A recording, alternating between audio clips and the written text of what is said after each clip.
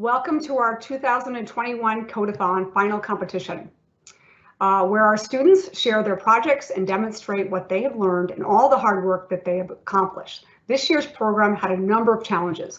When we looked at what we have to overcome, we also consider what opportunities those challenges create for us as an organization. Over the past 6 years, we've been asked many times why this program requires a sleepover component. Why can't students go home? This is a common inhibitor for many communities interested in delivering this program. This year, that variable was removed due to COVID, and it became very apparent and confirmed our own research, the challenges we face with students and their ability to commit to an entire weekend program. Going digital means that the first sign of difficulty, I can run away and not commit. This is normal, and it's only our own brain getting in our way. It's human nature. We need to teach students self-awareness of that tendency and how to push beyond the feeling to overcome challenges and move forward. The program teaches students strategies on how to do that and the importance of being part of a team. I wanted to share with those listening some statistics from this year's registration results. Our goal is to bring a diverse group of students together so that they can learn how to work with people of different ages, backgrounds, and skill levels. This is real world. When they get into the workforce, they'll need to know how to collaborate with others. Through their projects, they have created conceptual businesses. They have stretched their own thinking beyond what might be possible today to imagine a better future, a future where they play a part in creating positive change in the world. They have learned not only tech skills and awareness of industry tools, but how to think critically, how to work together, and how to utilize technology to change the world in positive ways. So what's next after this program for the students? This summer, we'll be delivering our 7th year of Creating STEAM program. It's a 10-day immersive learning experience. Think of it like the Code-A-Thon, but much more. We hope that to be able to this year to deliver this in partnership with communities nationally, to deliver the program in a blended experience, both online and in person, where that might be available or possible. Obviously COVID dependent. We are seeking sponsors and hope that anyone watching might support that effort or participate this year. We'll also be taking all of the online videos from the Code-A-Thon and creating an amazing online learning experience for students to explore learning to code with other students collaboratively. We also wanted to bring awareness and share with you the opportunities we have in our full stack web development program. We have scholarships available for this program. If you live in Suffolk County, New York, and you want to reskill yourself or build a very sustainable career, please reach out to us and visit Nebula Academy, a website, to learn more about this program. This is an adult workforce development program. Big thank you to this year's sponsors. Having sponsors who understand the importance of what we do and the impact we are making is critical to our success. We're complicated. As you obviously know, if you've worked with us, you know we're teaching high-skilled resources on how, all kinds of industry technologies that are used in the workforce, and it's not always simple, right? Not everybody can understand what we're doing. So having partnerships like Microsoft supporting our organization over the past 8 years has been amazing. And they continue to build on that investment with us year over year.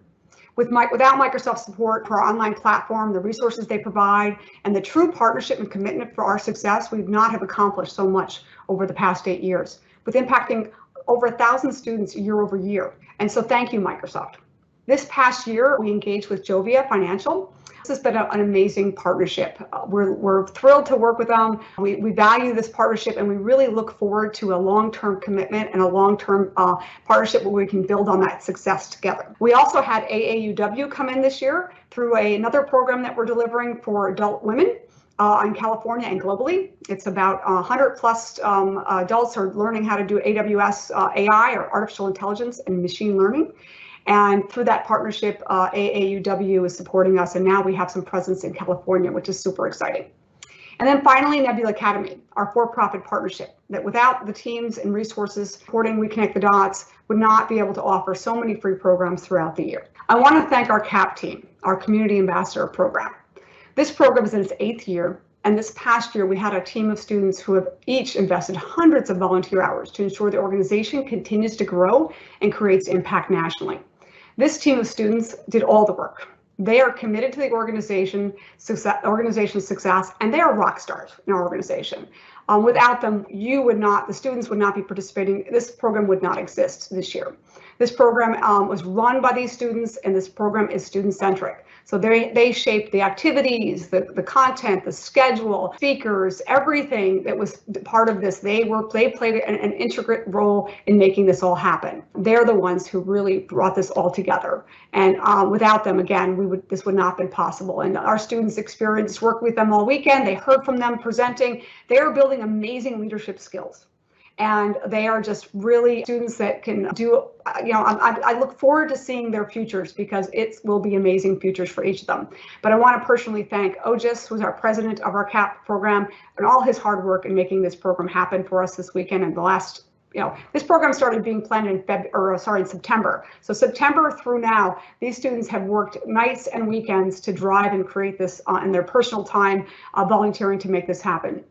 Barbie as well, our vice president, has been phenomenal. She's just an amazing speaker, and I look forward to watching her continue to develop and grow. And of course, Hiro's been, bringing really exciting and creative ideas to the program, and so I love listening to her ideas and seeing what else she's going to bring to the programs.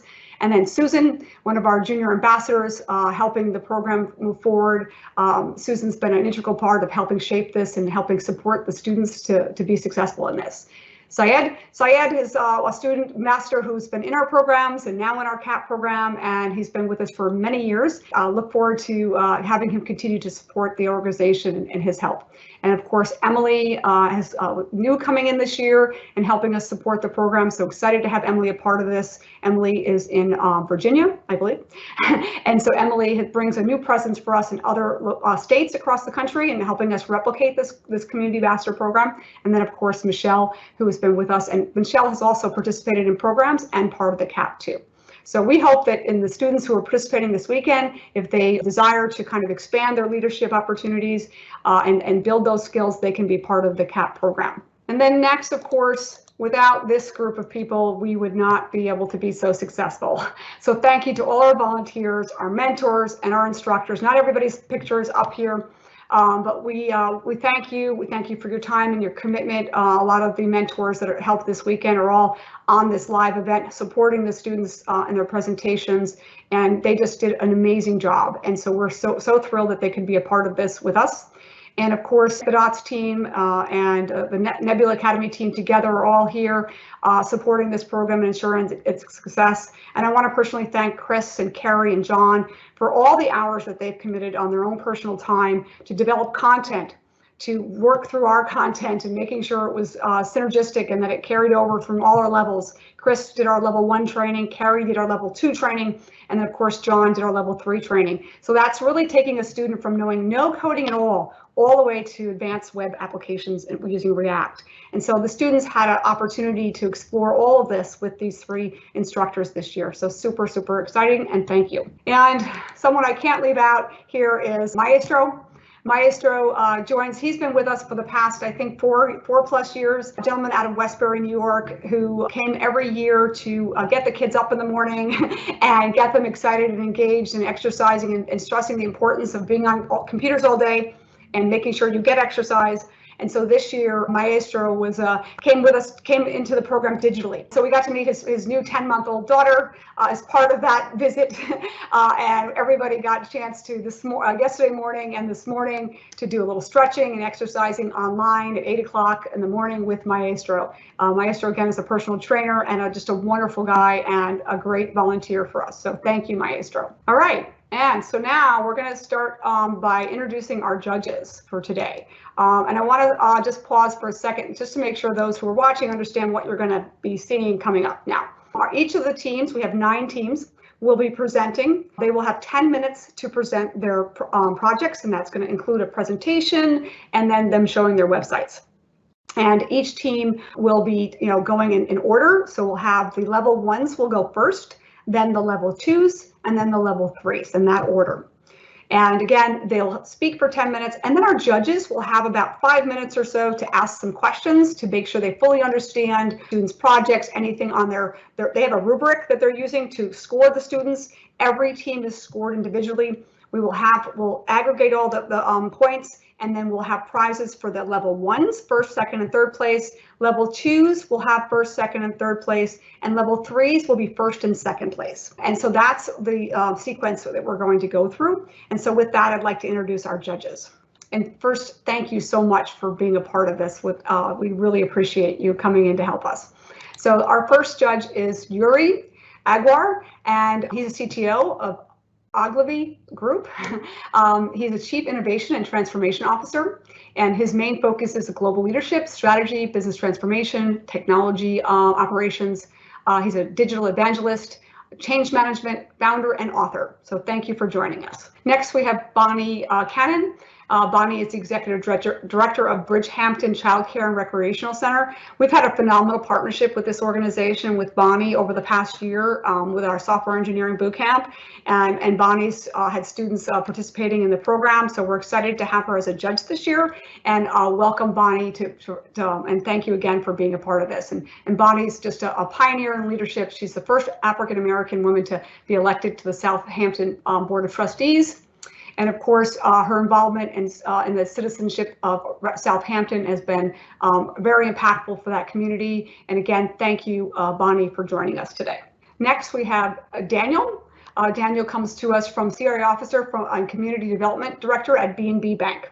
So we're excited to have Daniel part of this. Daniel's organization was supportive this year for our software engineering program in partnership with Bridgehampton.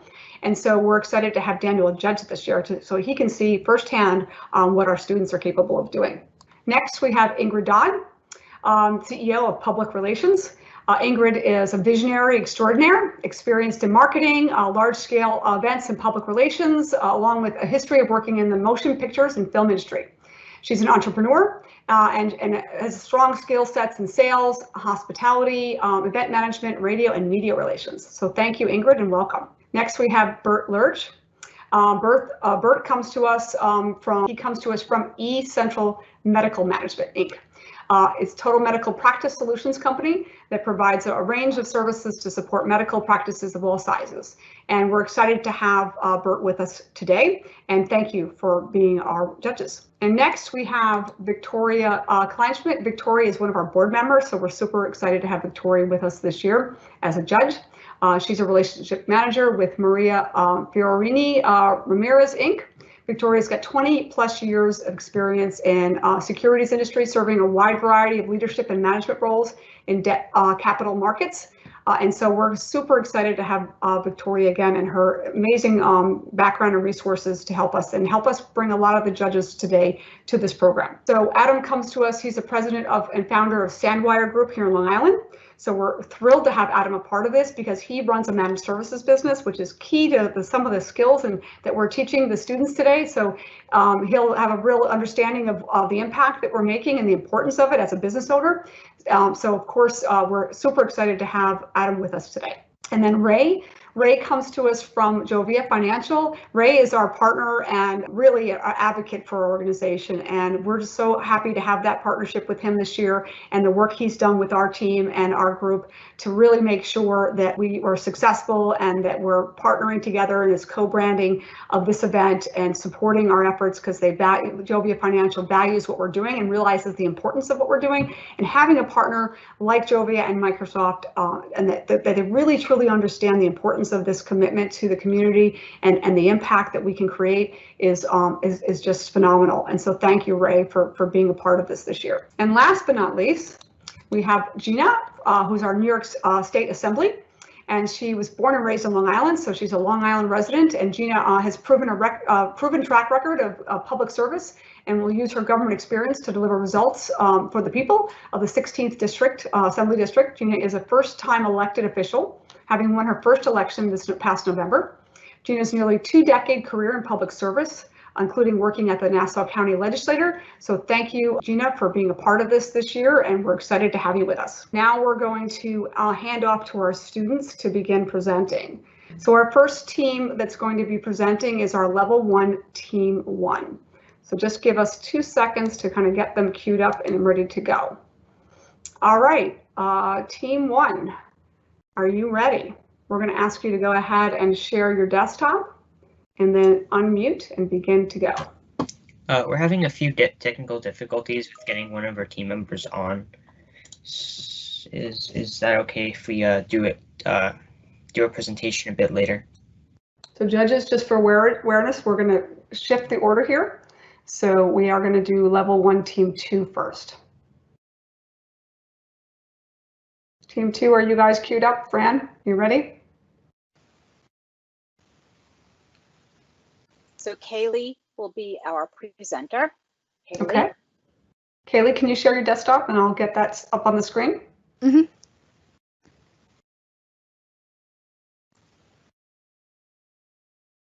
Can you see my? Yeah, perfect. I see it there, and there we go.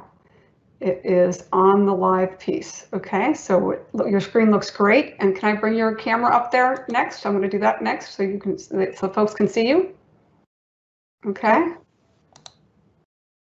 So, we're level 1, team 2, and the name of our project is Save Our Sea Animals. I'm Kaylee, and I did most of the graphic designing. I'm Pierce, and I was the software engineer. I'm Harris, and I was the architect, editor, and tester. And I'm Kushi, and I was the business analyst. Okay, so hi, my name is Pierce. I'm 14 years old, and I'm in 8th grade. I was really excited for the Code-A-Thon from the start. Most of my knowledge came from a site called W3schools.com. I did a lot of the coding, like the developing and the testing. So here are some things that were really hard. So I did things a little bit differently. I embedded the CSS and the JavaScript inside the HTML document instead of another file. And sometimes that code would get overwritten. We eventually figured out something that would be functional for the whole website, though.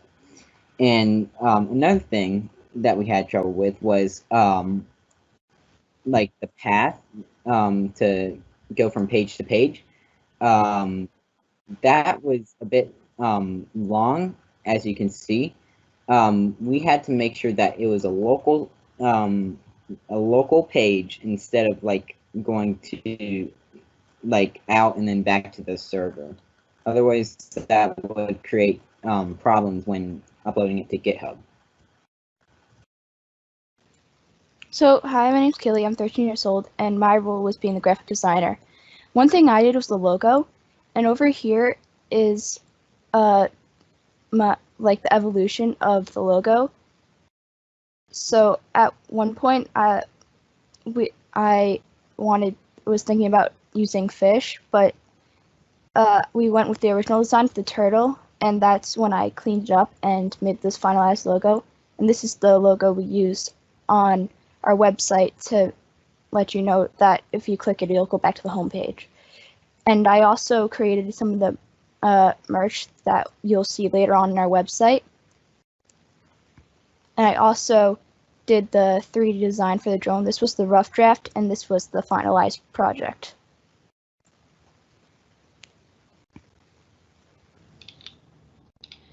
Hi, I'm Harris. I'm 13 years old, and I'm in 8th grade. I mainly worked as an editor on our project, testing elements on our website and going back to fix the styles or HTML if necessary. In addition to that, I set up the framework for the homepage. I really had fun with this Code-A-Thon, and I can't wait to do it again.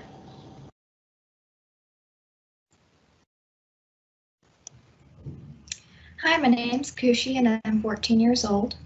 For our SOSA website, I wrote a lot of the HTML and CSS codes, and I also linked external web pages to our own web page so that users can go to other web pages for more information about the same cause. I started coding on Khan Academy a couple of months ago, so this was my first major coding event, and I really enjoyed it, and I would love to do it again sometime.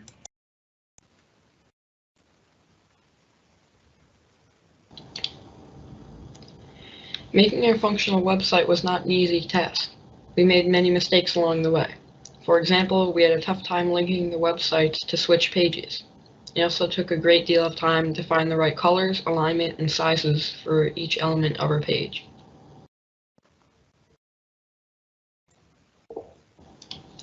We collaborated with Level 1 Team 1 and Level 1 Team 4 to share ideas and give constructive feedback to each other. They opened our eyes to certain aspects of CSS and HTML. They suggested using a gradient background, which we may not have ended up using, but was still a great idea we had thought about. They also showed us larger purchasing forms for purchasing the merchandise and donating to our cause, and added a thank you response afterwards. It was crucial for us to see inspiration from what others did to further develop our website.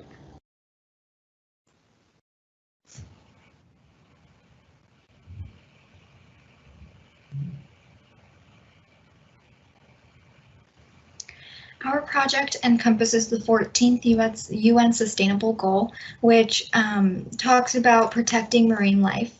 Our goal for SOSA is to reduce pollution and acidification, increase biodiversity, and heal waters for marine life globally.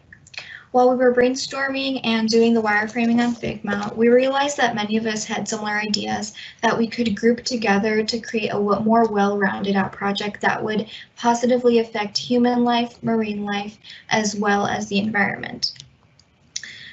Seas and marine life are vital parts of our planet that are currently suffering, and through this project we hope to raise awareness in younger generations about garbage patches in the ocean and what they can do to help.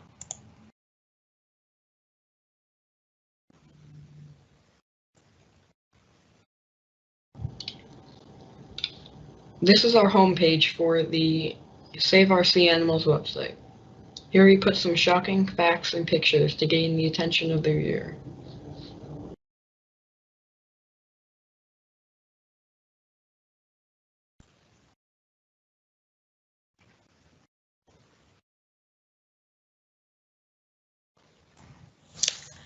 On the About Us page, one of the challenges that we faced was that with all of the code and text, sometimes things wouldn't show up in the web page, and so then we had to go back to our code and then look through all of that code to try and find the one tag that didn't have an end tag or one error that which proved difficult and frustrating. We have a link added here to go to an external web page to give more information about our cause and about the problem. And then our solution to that is to use a partially biodegradable drone with 4 propellers that can separate and then that each carry a corner of the net, which separate and then rejoin again once they collect the garbage, it is solar powered and waterproof with a backup battery, tracking devices, and an emergency flotation device. It's also 3D printed from the garbage that we collect. And we also use that garbage to make our merchandise, and from the money that we earn from our merchandise, it goes back into funding for our project. And then there at the bottom, we just have our model of our drone.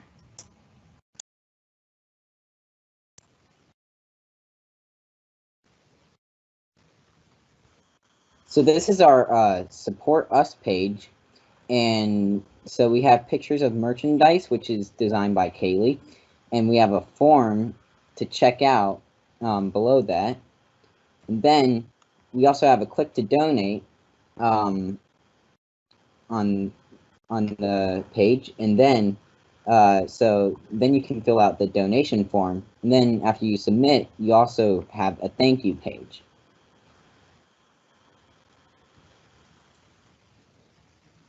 So the next page is the contact info, where we have a number you can call us at and our emails and socials.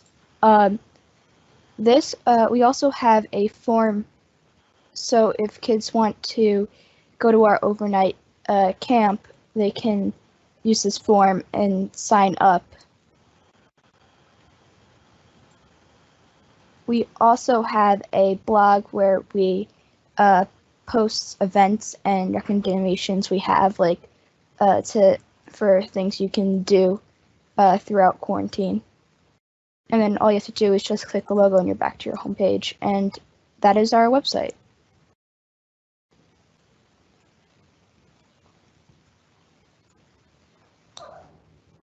Okay, are you guys ready for questions from the judges?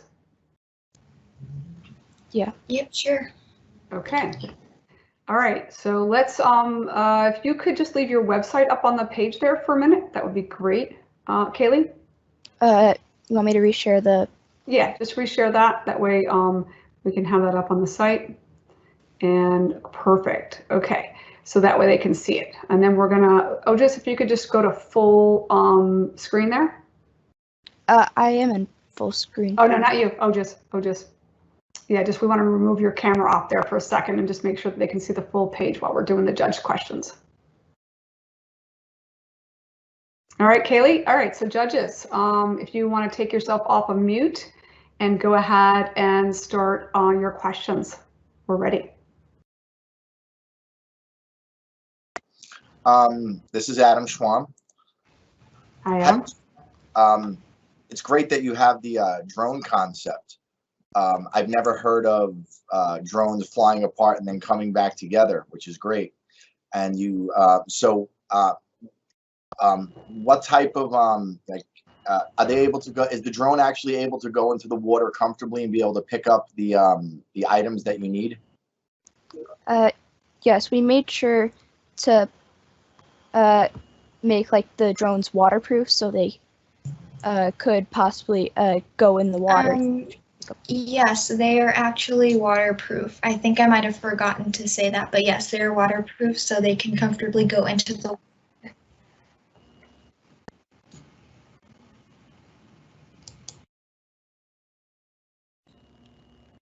I think Adam is on mute. Yeah, Adam, you're on mute.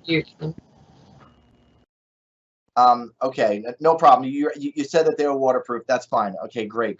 Thank you.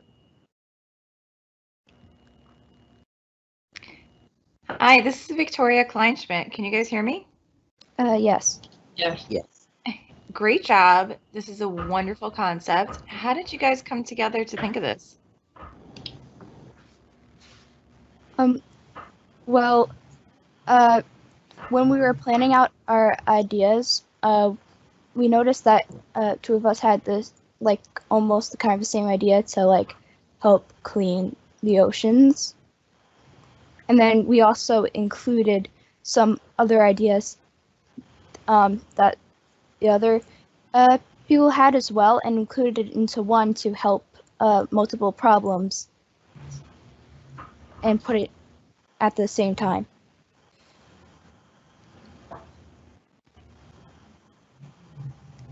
I think that's a very inspirational idea. This is Yuri Aguiar. I just have one question on where you're asking people to sign up for the camp.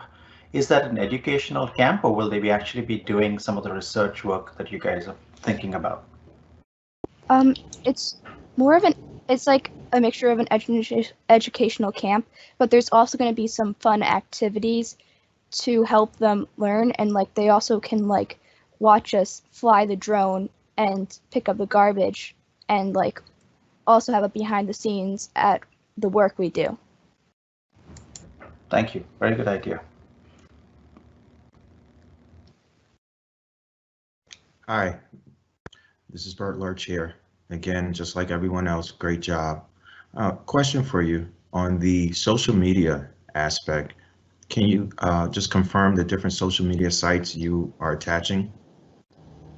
Yeah, Yeah. we have Twitter, Instagram, and Facebook there.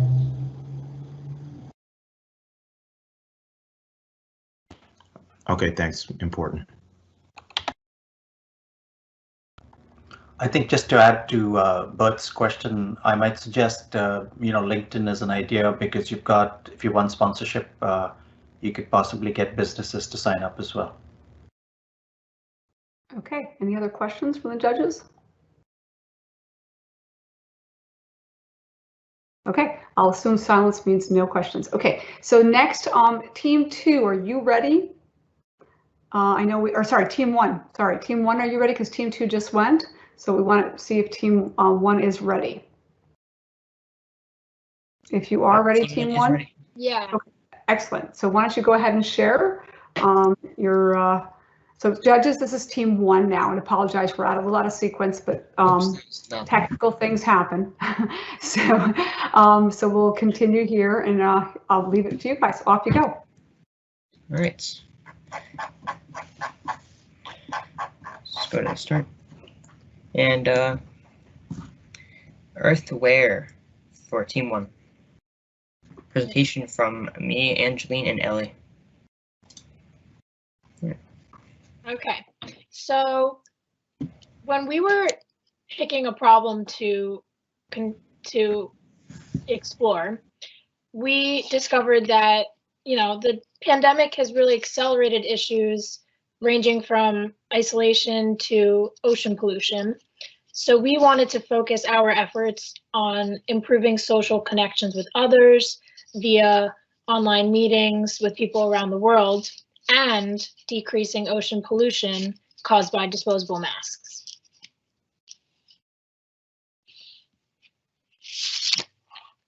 The statistics we have found only further prove the importance of limiting waste and increasing social interactions.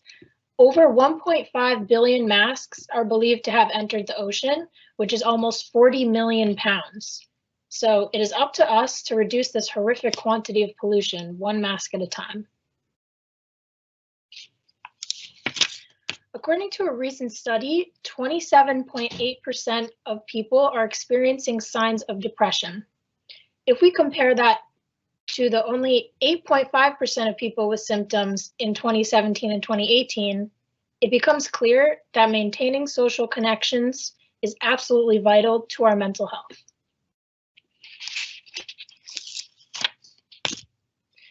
When we saw just how big a problem we have with both depression and pollution, we knew we wanted to take up this challenge. So our mission is to empower individuals around the world to learn and collaborate for the global good. We achieve that mission through building online communities for training and knowledge sharing on making masks from recycled fabric. So the solution we came up with is to provide a service that helps the environment by reducing waste and also provides people the option to connect virtually via online meetings.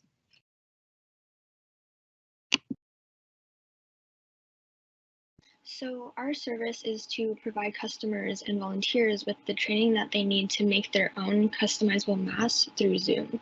And these forums will allow people to collaborate virtually and have them socialize. We plan on incorporating fun activities in the middle, like crafts that will not only help them with their mask making, but also just help them bond together. These masks are going to be made out of old fabrics, including old clothing or anything you have lying around. So that it recycles the fabric, and we're not using any wasteful products that will end up going into the ocean. The way that they will do this is users will sign up on a volunteer page, and they'll get sent a Zoom link on their email that they can then virtually join. And this virtual opportunity allows people from all over the world to join these opportunities. We plan to have different time zones and different sessions so that everyone can join, and they'll be able to learn about the environment and fun DIY projects. So if a customer does not have all the items they need, or they don't want to get rid of any of their old clothes or fabrics, we have donation places set up all over so that people can donate clothes that they're not using, and then we will then in turn take those clothes and deliver them to these people so that they can still partake in the fun of making the masks. And once they are done making the masks, the customer may either send it back to us and we can sell them, or they can keep it and wear it for themselves, or eventually in the future, we plan on expanding our organization so that we end up donating these masks to people who need them, whether it be just people in need or homeless people who just don't have the resources to wear masks and protect themselves.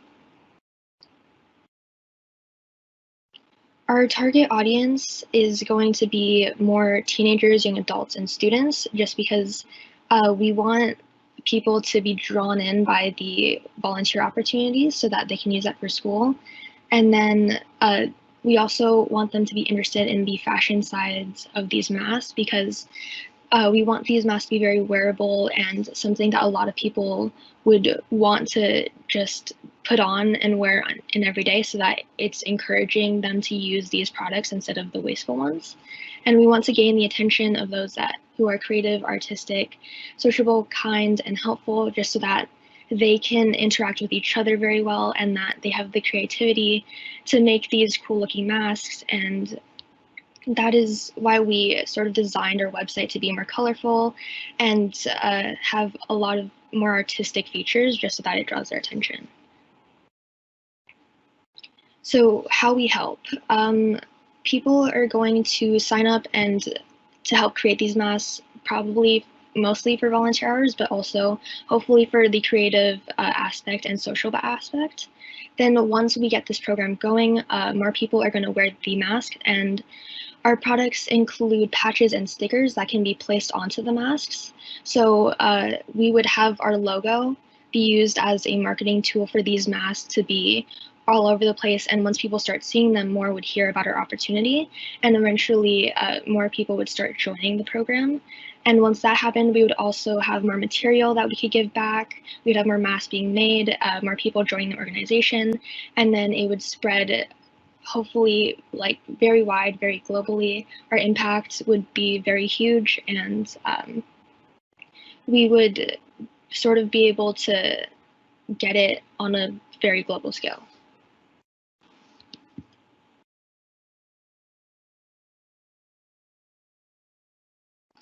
Anthony, you're muted. That's cool to know. When you first open the website, you can see at the top there is a navigation bar to the top that you can click on, and you click on these links in order to go to other pages on the website. It also highlights which page you're currently on in case you want to know that. At the top left, there is the company logo, which also lets you see it. And you can also see the company name and the company slogan. Some features of our website include a mission page, which discusses the purpose of our website and why it has to exist in today's world. And then we have our contact page, which allows people to know where to contact us, but it also includes a direct message link in case people want to directly message us and be able to just talk to us. There's also a sign-up form for the people who want to sign up for the service. You have to give in your email, and once we have a time set, then we will email you with a Zoom link. And there's also our merchandise page, which allows people to donate to us, so we are able to fund our service and allow more to happen in the world. We did a lot of collaboration with other teams. We met with the teams 2 and 3, and we presented our ideas and we presented our websites with each other to make sure that everyone had more thoughts. Team 2 gave us some important feedback on how to create more social media integration, since social media is a very important thing to have in any business these days. And Team 3 assisted us with creating a more advanced blog, so we could discuss more with the people about what we're doing. Thanks for listening to our presentation, and I will now show you some of our website. Here is our homepage. We have some things about us and why. And you can see at the bottom there are 3 links to social media websites. You can click on the links at the top to go to other pages on our website. For example, we have the mission page over here, and it says over here where and why and what we are. Here's our contact page, and let's send a direct message to ourselves. This is my real email, and I want to send a message saying, I like you a lot. It submits, and it says that it will be sent. Here's our volunteer form. We can submit it.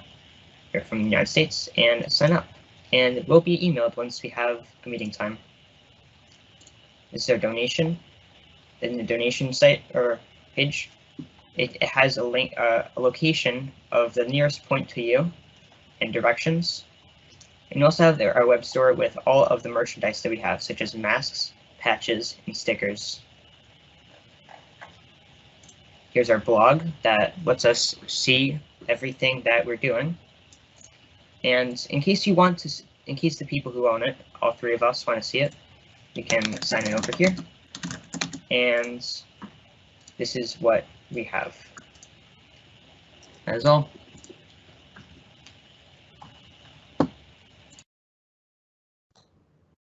Okay, great job. All right, so let's open up to the judges with any questions. This is Adam Schwam. I'll just say without question, sorry, just very well prepared and answered all my questions. Thank you. Thank you. Thank you. Any other judges' questions? No, I don't have any questions. I would just say that I enjoyed your presentation. I think you guys, really thought it out very well. I guess the only question that I would have is when you have the individuals to sign up, do you have any type of anything in there that would check to see, for example, the email address, or to make sure that they put an @ in there, or do you have like? Yes, we do. Okay. On our volunteer page, if you try entering email, that's just that. Oh, actually, it does allow it. Who moved that? Yeah, we didn't code that aspect into our signups. It wasn't there before, actually. Oh. Okay.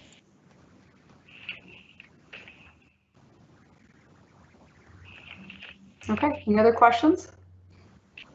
Yuri, Victoria, anything? No, love the idea, but thanks.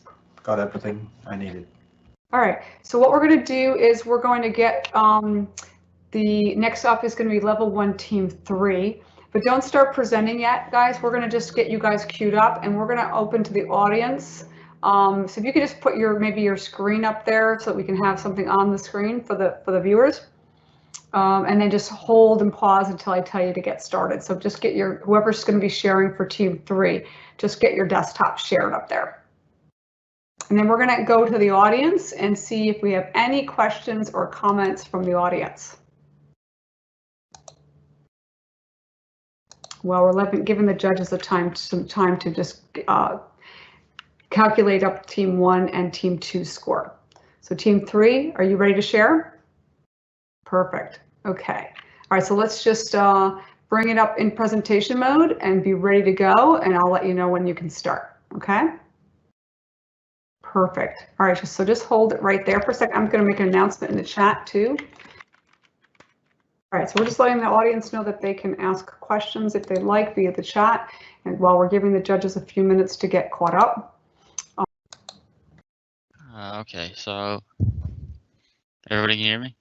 Yeah, we can. Go ahead, Mustafa. Or Mustafa or? Yeah. Oh, no, who's going first? Yeah, Tyler. Oh, Tyler? Okay, I don't see Tyler's camera on. That's why I was looking I for. actually don't have one on my monitor. Okay, no problem. Okay, so we'll just leave the camera on just on the presentation for now, and then we'll put up Mustafa when he's speaking. Perfect. No problem. Go for it. Okay, so we have, this is our presentation of our conceptual business for the 2021 Code-A-Thon. Where's my mouse? So about the founders, we have, my name is Tyler Lingen. I'm 18. I attend SUNY Polytechnic Institute of Technology, and I major in network and computer security. I'm Ryan Lahman. I'm 14. I go to Wake Forest High School. I'm Mustafa Mazawala. I'm 14 and I go to Sassa High School. All right, so of the United Nations 17 sustainability goals, we chose to, of all the different goals, we chose to create a solution for hunger in America across the demographic of American veterans. And then over 20% of veterans coming home from the Afghan and Iraq war struggle with food insecurity, and this can lead them to partake in harmful habits such as drug, tobacco, and alcohol use.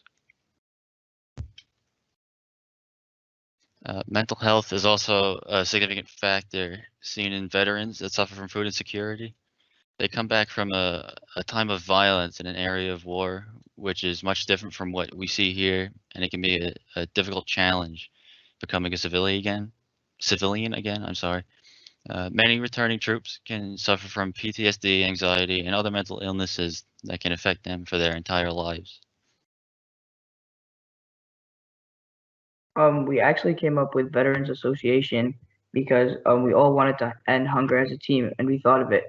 And Juan said, our mentor Juan, he said, be less general and don't be less general and be more specific. So we thought, and Juan, he said he was in the military, so we did some research on veterans, and we found out that 1/4 of them don't even have enough food to put on their table. So we created Veterans Association, an organization directed at helping and supporting veterans in times of need when they have no one or nowhere else to look to. So on our website, we have 4 pages. We have a home page, an about page, a product page, and a donations and events page. All right. Okay, so we switched to the website now. I have the home page. I have the Veterans Association on top next to, with the logo right next to it. It's a VA and a star on the top.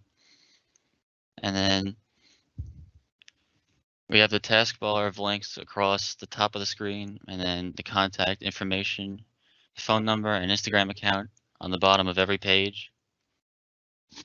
In terms of the company, we are supportive of the fact that any size donation can help, whether it be food or funds. Every individual veteran is important, and even if you can only help just one, you're creating a significant impact on their lives. And then moving to the About page. This is the About page of the website, and we have our mission statement on the bottom. Our mission statement is 27% of veterans from recent wars struggle with food insecurity, and we strive to remove that. If veterans are in need of food, our goal is to provide it for them at no cost. And then lastly, we have our 3 founder names just below the contact information. So this is our product, and it's basically a card that veterans can use to go into our food pantries and soup kitchens any day of the week and any hour of the day, and we will provide them with what they need, such as food and water. And if they need food for their families, we can also use that. We have a Tinkercad, and this is the card image from Tinkercad.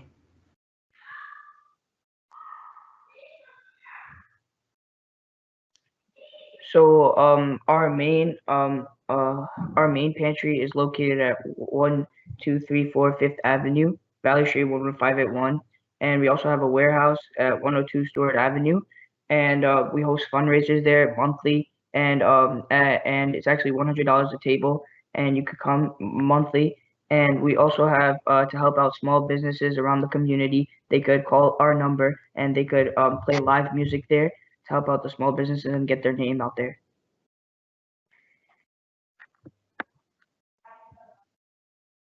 And that finalizes our website.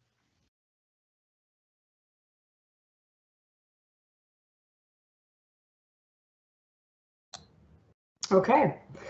All right, judges, over to you. Any questions for the team? Hi, this is Victoria Kleinschmidt. Can you expand on the live music that you were just talking about and how that would work?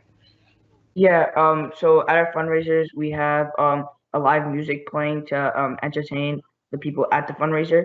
So they would give us a call at our number, and we would book for when we have availability every month, and they could just get their name out there and get their music career starting, just to help out small businesses.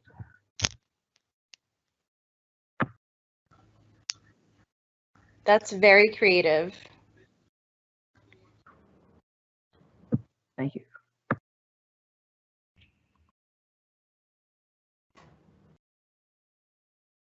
Any other questions, Gina?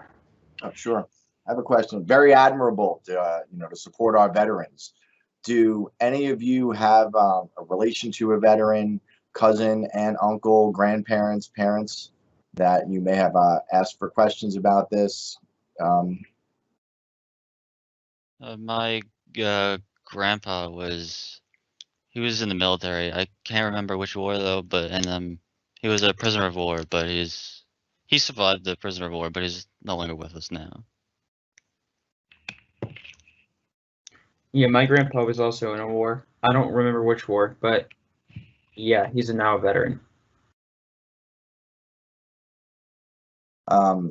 That's great. It's great that you know that. And, my advice would be, or you should know which war they were in and be able to tell that to your children and your children's children. POWs were, it's a horrible thing. My grandfather was a POW as well. And you should really understand that and be able to explain that to others as well. Very good job, guys. Thank you. Gina? Yeah, Adam actually kind of, touched on it. That was my question as well, how, you came to decide to do this. I think it's a very noble cause, of course. Can you tell me a little bit, so I'll leave that. Can you tell me a little bit more about, obviously you guys worked great as a team. It's a great presentation. Tell me about how you collaborated with others to get this done. I believe we spoke to Anthony's team. I believe that was Team Team One. 1. Mm-hmm. And they helped us with the logo, I believe. Yeah, they helped us put the logo at the top part because we really didn't know how to place the logo at the top area. So they really helped us out, and they said and they told us where it would look better, and they gave us tips on how to design it a lot better. I just like to say, by the way, that's one of my favorite parts of this whole thing is that not only you guys are working as a team, is that the other teams that you're competing with, you guys are all helping each other to do this. I love it. So great job. I second that. Thank you. Thank you. Thank you. All right, any other questions from the judges? All right, we're gonna go to the audience. So if you want to the next team up is going to be level 1, team 4. If you want to get your desktop shared, just pause there so we can give the judges a chance to kind of tally up their scores. And certainly if the judges do have any questions while you're scoring, don't hesitate to ask those now while we're pausing. And I'm going to put a post in the chat for those listening so they can ask questions or just post any comments that they want to share with the teams. And teams, you've been doing a great job on keeping to your schedule and timing. Very good, very well done. And I'll share while we're waiting here to address some of the comments about the students working with other students.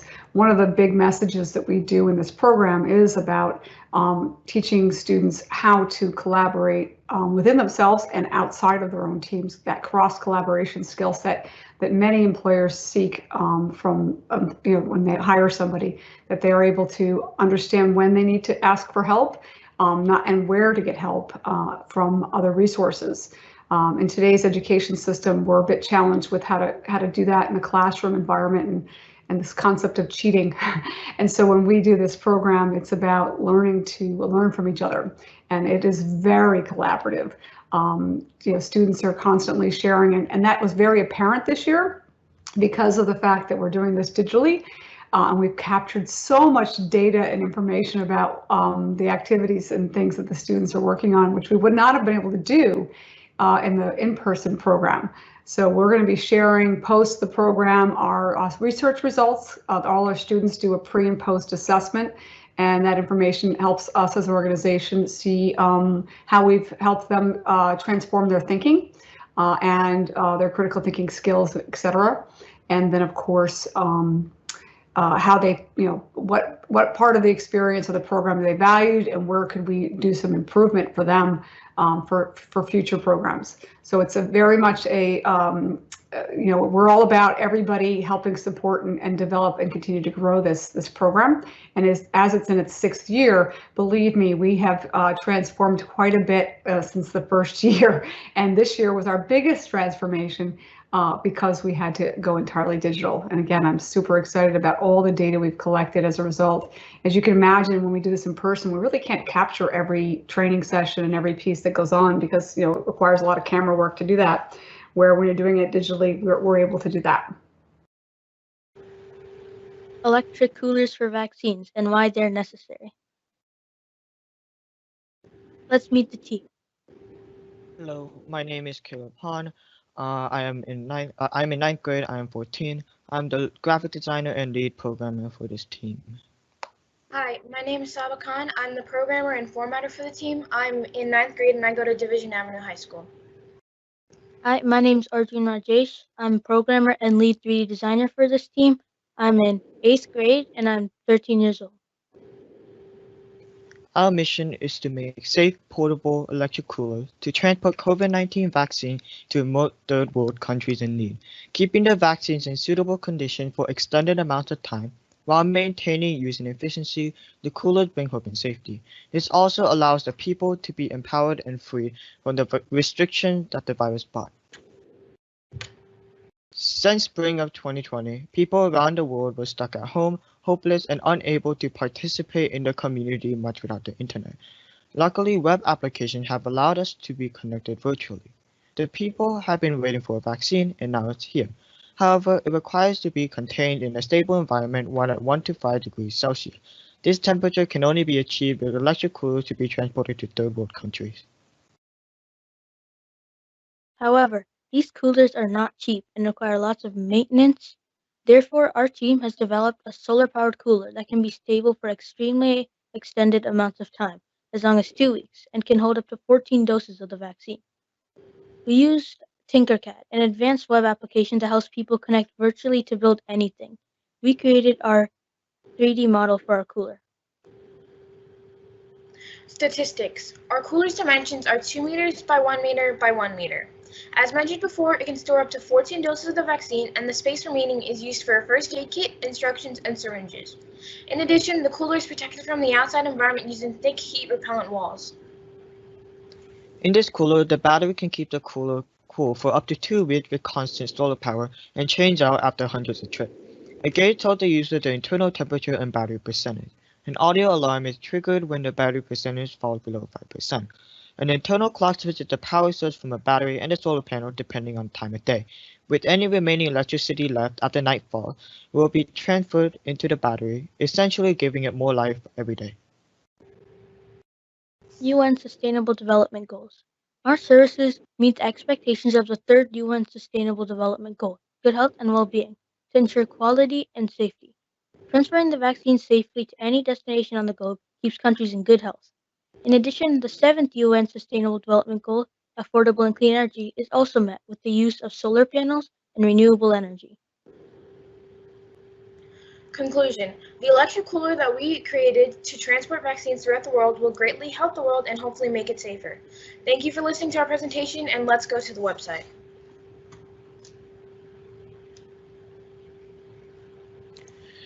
Our website has top and bottom navigation bars. The top navigation bar has our logo on the left, and on the right we have features and about us. Those two go to the most important pages. On the bottom we have the 6 main pages listed. Our homepage consists of our mission statement, stated before, and some key features of our vaccines and how we came across this idea. Our team came across this idea while doing some research on COVID-19. We realized that the vaccines needed to stay in a certain temperature, but in order to get these vaccines to third world countries, the planes required many stops in order to recharge the cooler. We figured out that we could make our own product using renewable energy so that the coolers could go the entire way without stopping.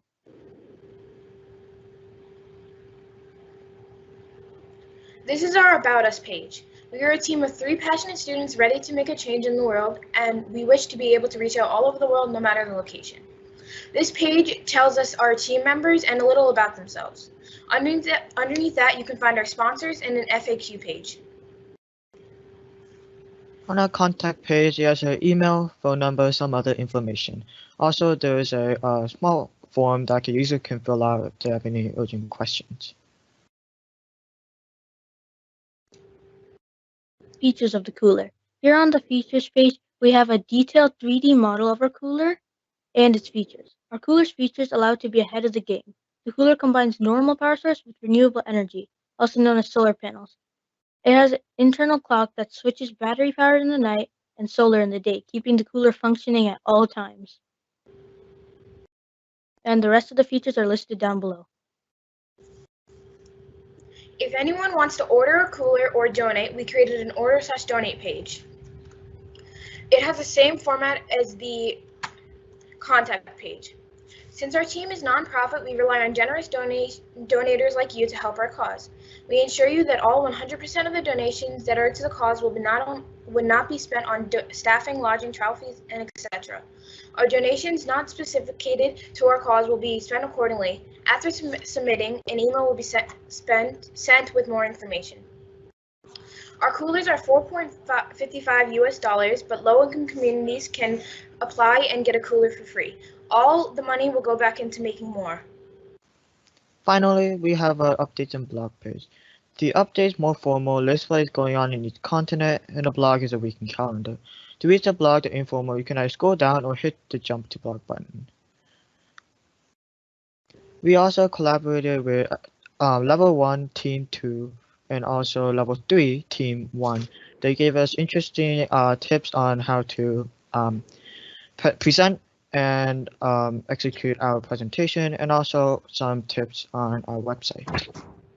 Thank you for listening. I hope you enjoyed.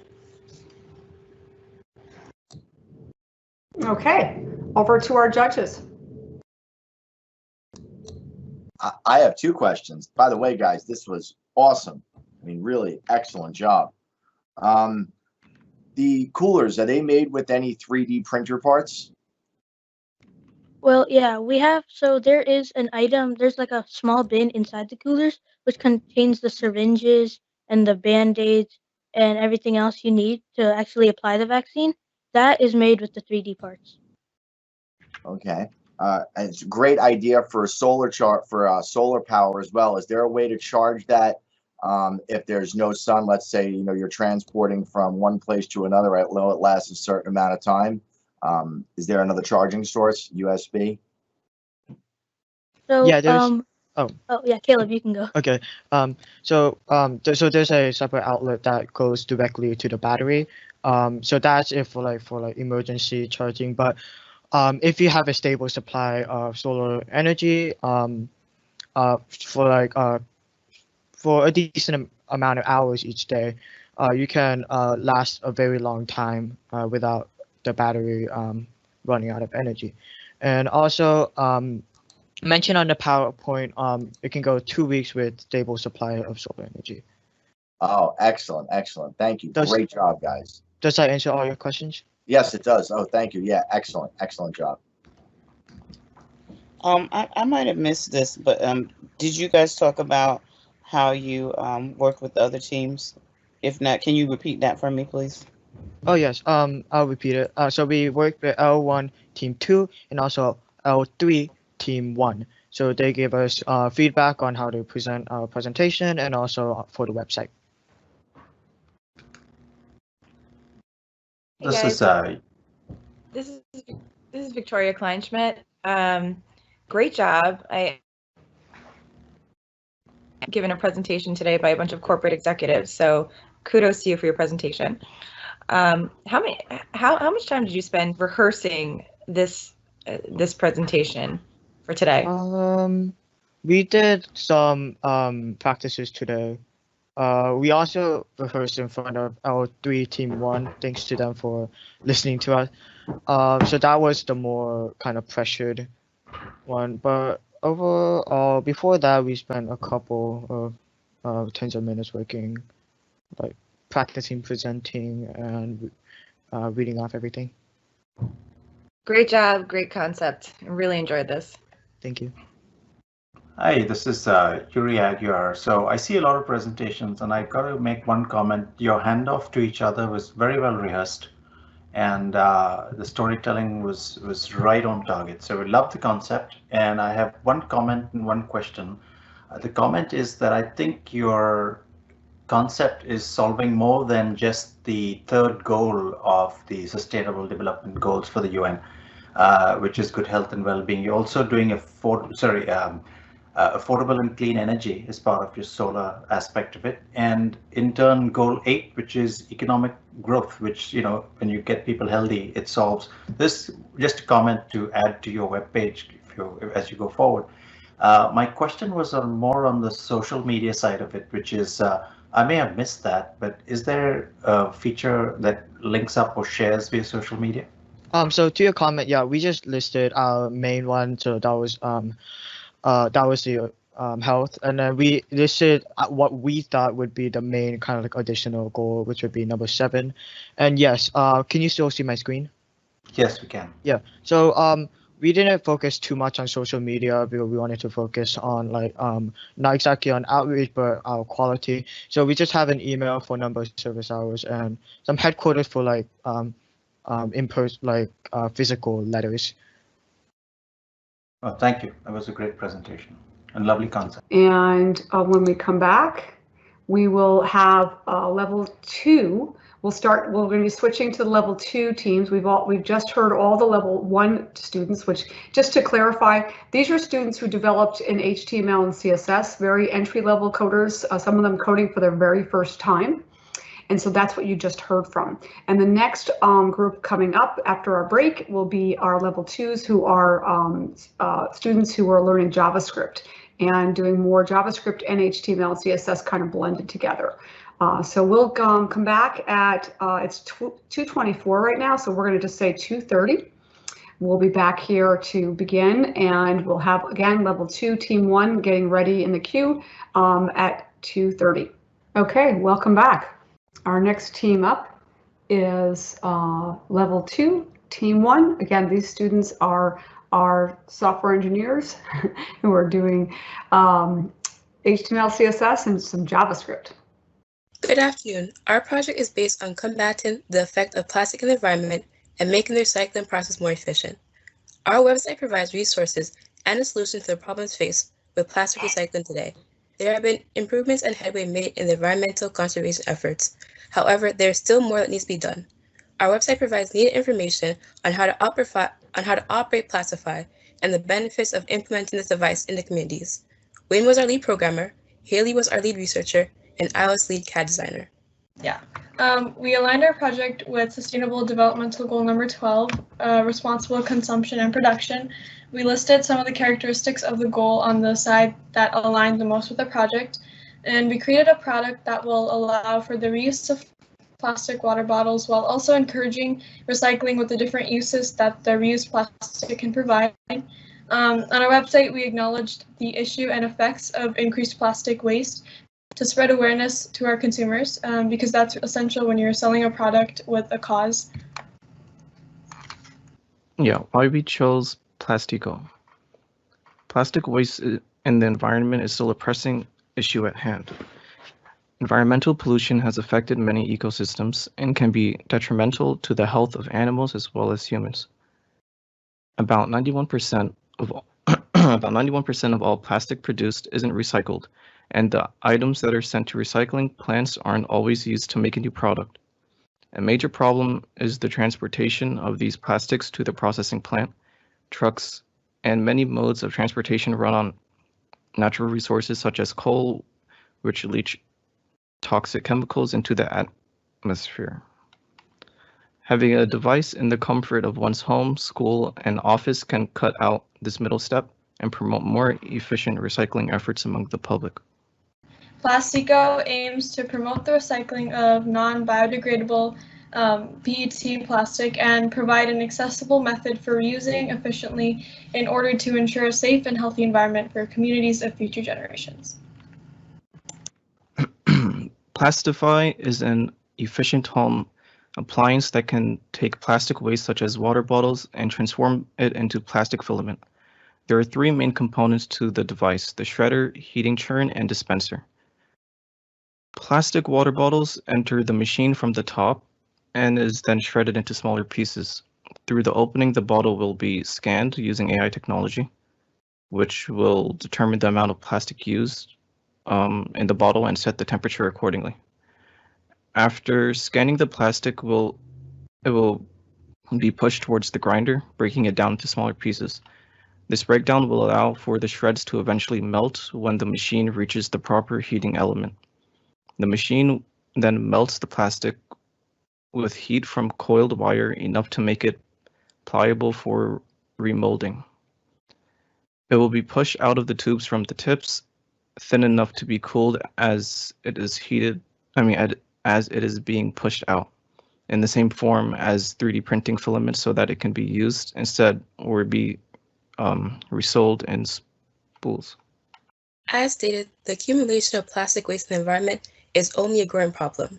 There have been a slew of conservation efforts in place to target the waste accumulating in the environment, such as spreading public awareness. However, there are still many aspects that can be improved upon.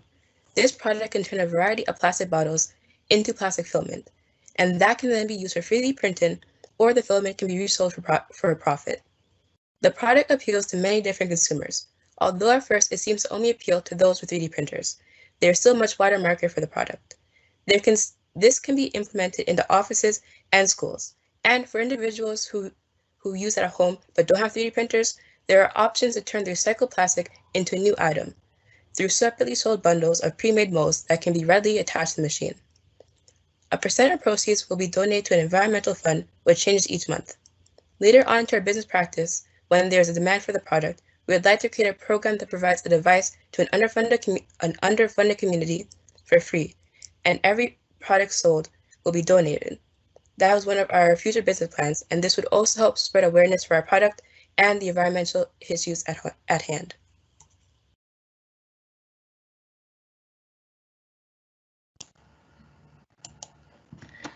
So we faced a lot of obstacles throughout our project, starting with brainstorming ideas, implementing design into those ideas, and website formatting. We spent a lot of time working those things out.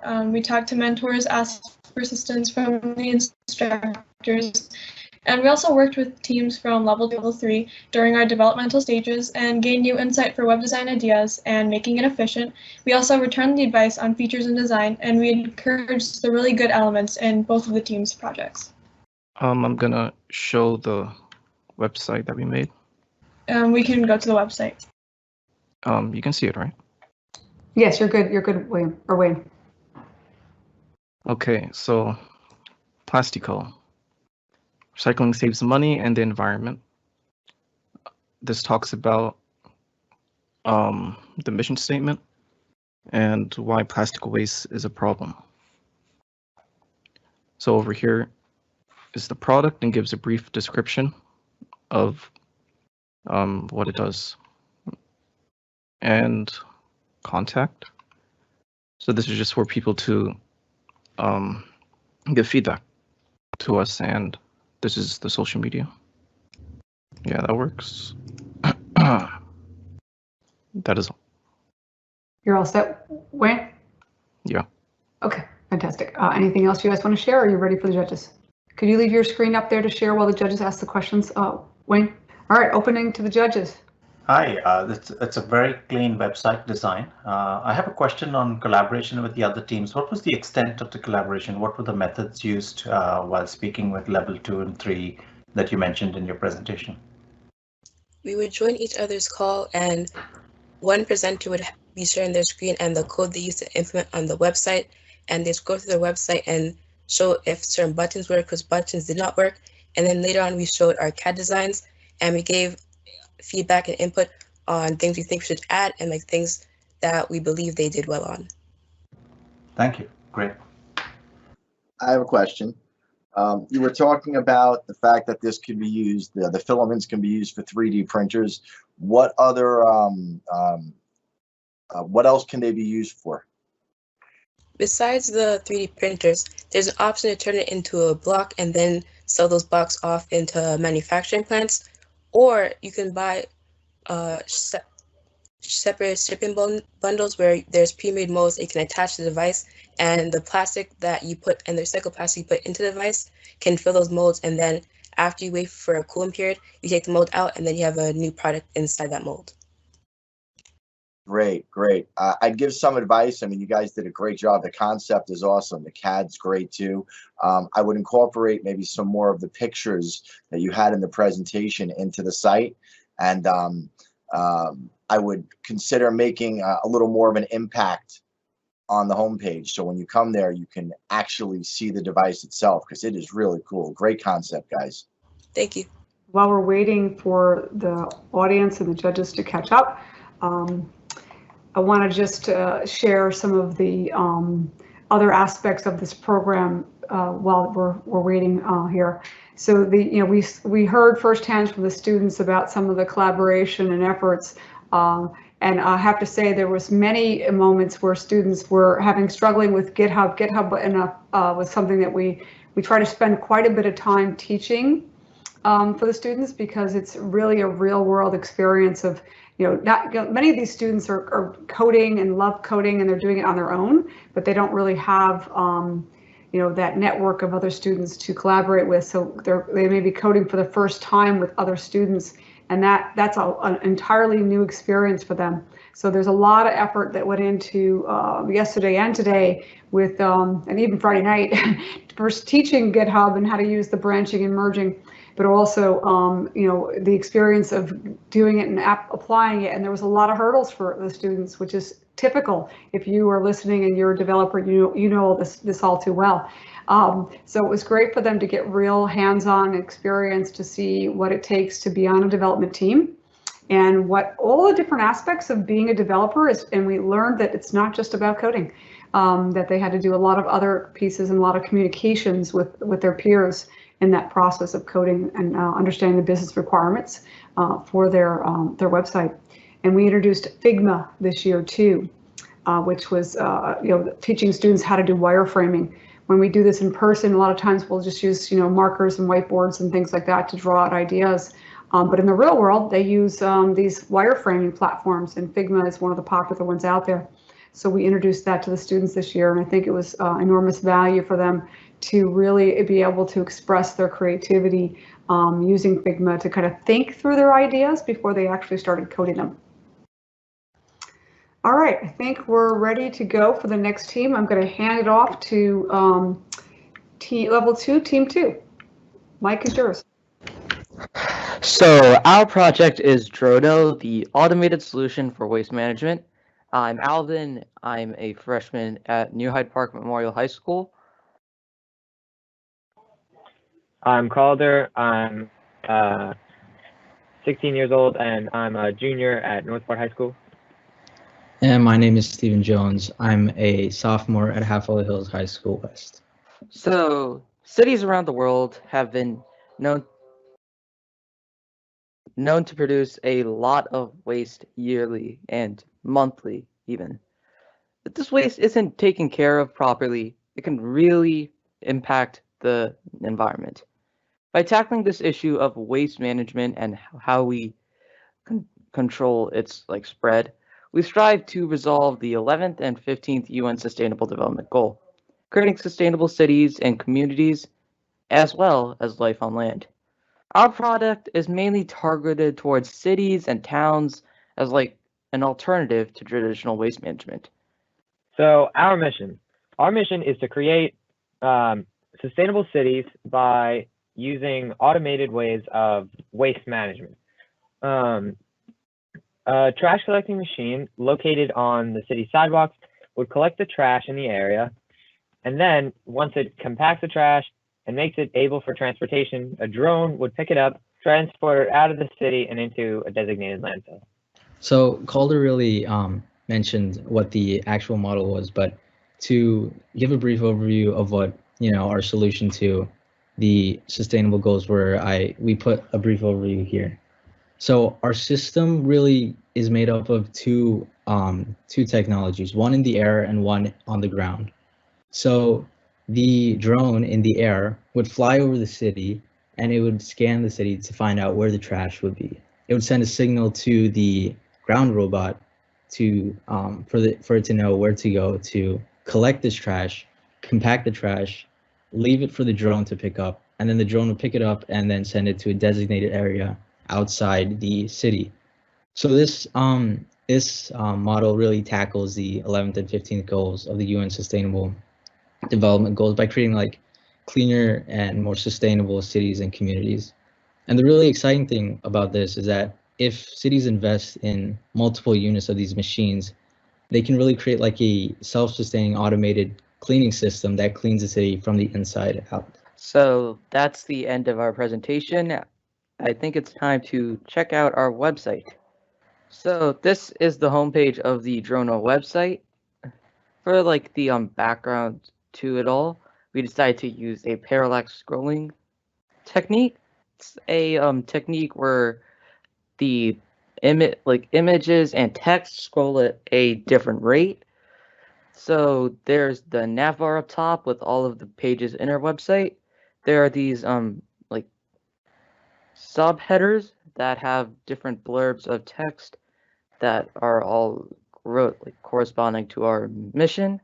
And at the bottom, we have our Drono social media links, their email, our Instagram,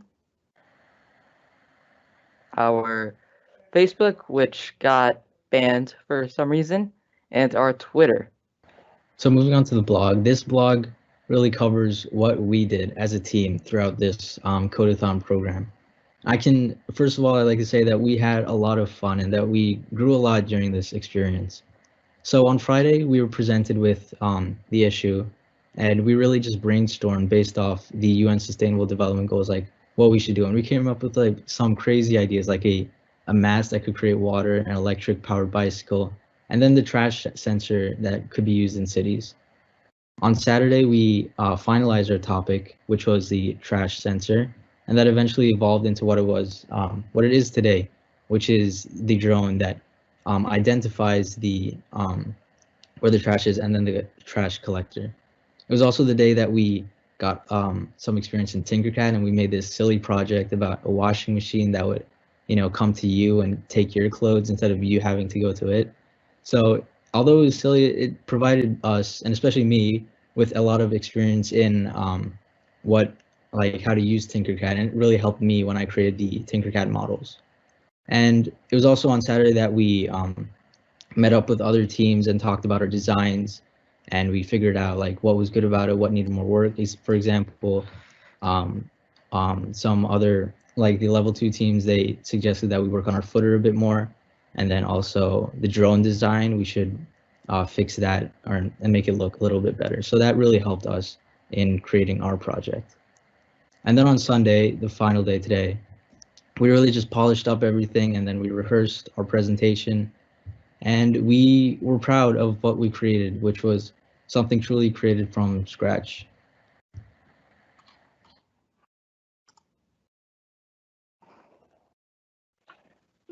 So our two products for waste management include the ground robot and the drone. This here is the ground robot designed by Steven, and it would roam the streets, picking up trash, compacting it, and then leaving it for the drones to pick up and move to a designated area outside the city. And the drone model, also designed by Steven, would hover over the city, taking pictures, analyzing the pictures, finding the trash, mapping where it is, and then sending the data to the ground robot so it could go to the area where the trash is, pick up the trash, compact it, and have the drone send it away. And our pricing is targeting cities, since cities are the ones with the biggest and densest concentrations of trash. So really a model like this for waste management would be most effective in cities, and that's our pricing demographics. Also, we could target other organizations that deal in waste management or just wanting to clean up their town or city. So like our mission is that like we already said this, so I think we should introduce our team a little bit more. So I am the lead developer. I'm a high school freshman, and I was the one doing most of the web design for our website. It's my 4th time participating in a Code-A-Thon, and although the website is an integral part of Drono as a company, it really could not have been done without the efforts of my 2 coworkers. So, as I said before, I'm Steven, and I was really the main designer and editor of our project. So I created the Tinkercad models, and I also really contributed to the content of the page in terms of paragraphs and text. So, and as I said before, I had a lot of fun working on this project, especially with my team members.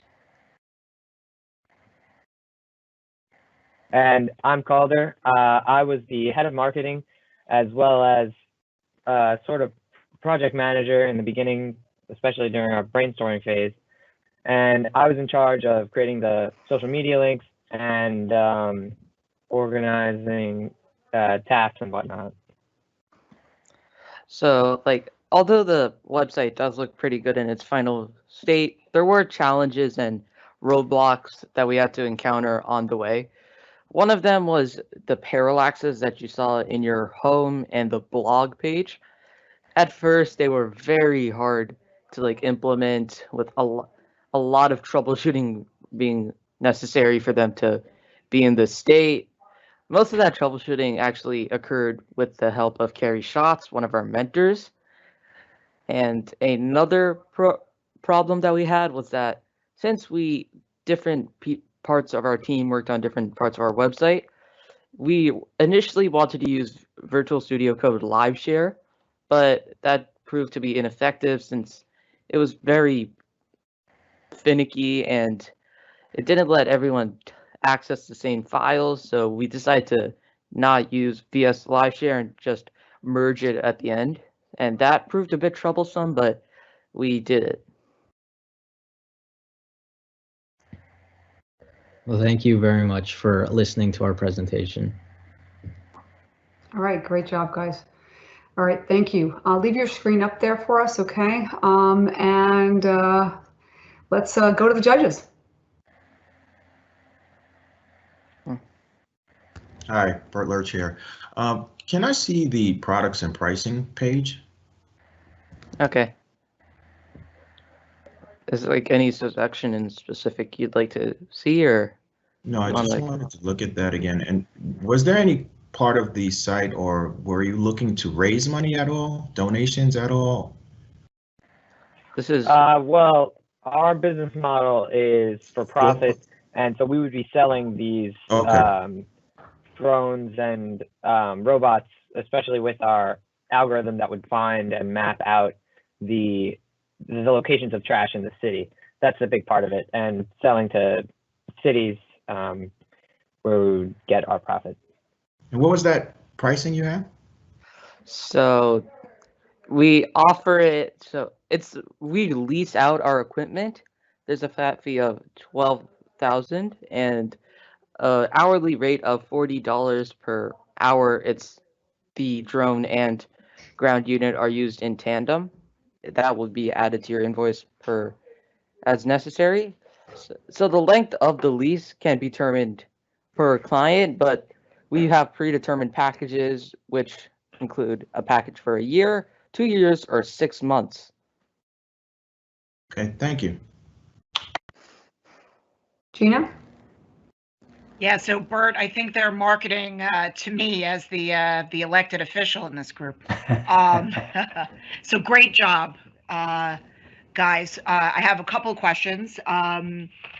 The garbage that this will pick up, is it like garbage in the street, or is it you guys like the garbage that people put out outside their businesses or outside their homes?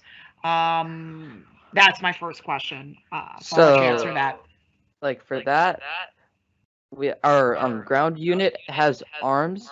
So if it all depends on like the scenario of the individual client, but if they wanted to use the ground unit to pick up trash cans, it has arms that can lift average sized trash cans, so that could be a plausible option. Yep. And if the client wants to use it as more of a trash collection machine around like on the streets, that could also work, as there is a chute, and as aforementioned, you could use the hands and insert it into the chute, where it would come in manageable little cubes for the drone to pick up and store. Fantastic. What you may have mentioned this and I missed it. What is the power source on these on this product? So our power source for it, it doesn't show in the screenshot, but it actually plugs in every 2 days. It needs to be plugged in through like a wall amp, and it will charge for approximately 6 to 8 hours. Very cool. Thank you, guys. Thank you. Great question. I have a question on ethics. So if you have so much automation, have you considered the cost of job losses in cities where people do these kind of jobs? Did it come up in your discussion at all? So that is one aspect of the whole automation process that we all discussed. Since this robot is machinery, meaning it's fragile, if there are like areas where there's too much trash for it to handle, and the city deems that like it doesn't want machines to operate that area, they could employ like humans to collect trash in areas that the client does not want the robots to go into. As we said before, it's where they want the robots to, like machines to operate, is up to the choice of the client. So the individual scenarios vary from client to client. I think furthermore, to answer your question, a big part of it is the algorithms that are on board the drones. The drones would fly over the city, mapping out concentrations of where the trash is. So the ground robot is more of like a secondary aspect to the trash collecting. First, the drones would fly over the city, map out concentrations of trash, and that would allow the city to deal with it how they see fit. So like Alvin mentioned, whether it's what the client wants. Do they want the automated robots, or do they want the drone to fly over, map out the trash, and then have human workers deal with it that way? And then one final point, just to like address our main goal. It's not to replace workers in the city of waste management. It's mainly to make the whole process more efficient. Good answers, guys. Very good. Thank you. Hi, I just have a question around safety. So how do your robots determine what is trash versus, let's say, a small child in a costume or a dog? So that's a good question. We probably like in our Oh, you're muted, Steven.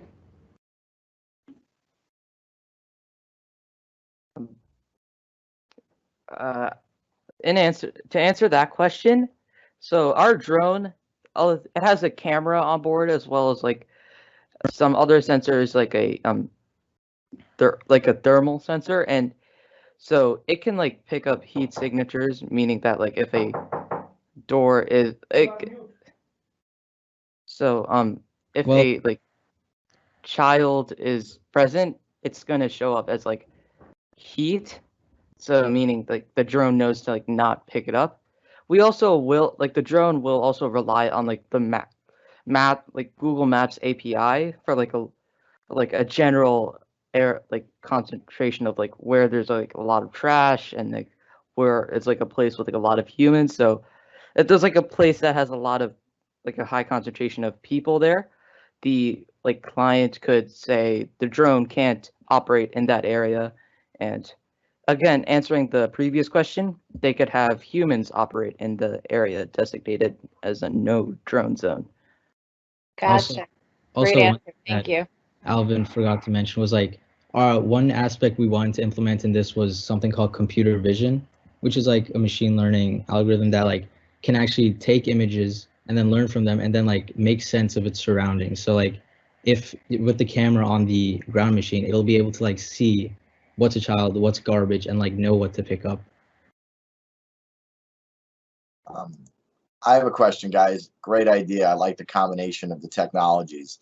Is there any aspect of this that involves 3D printing, or how are the parts actually produced? Is any of it with 3D printing?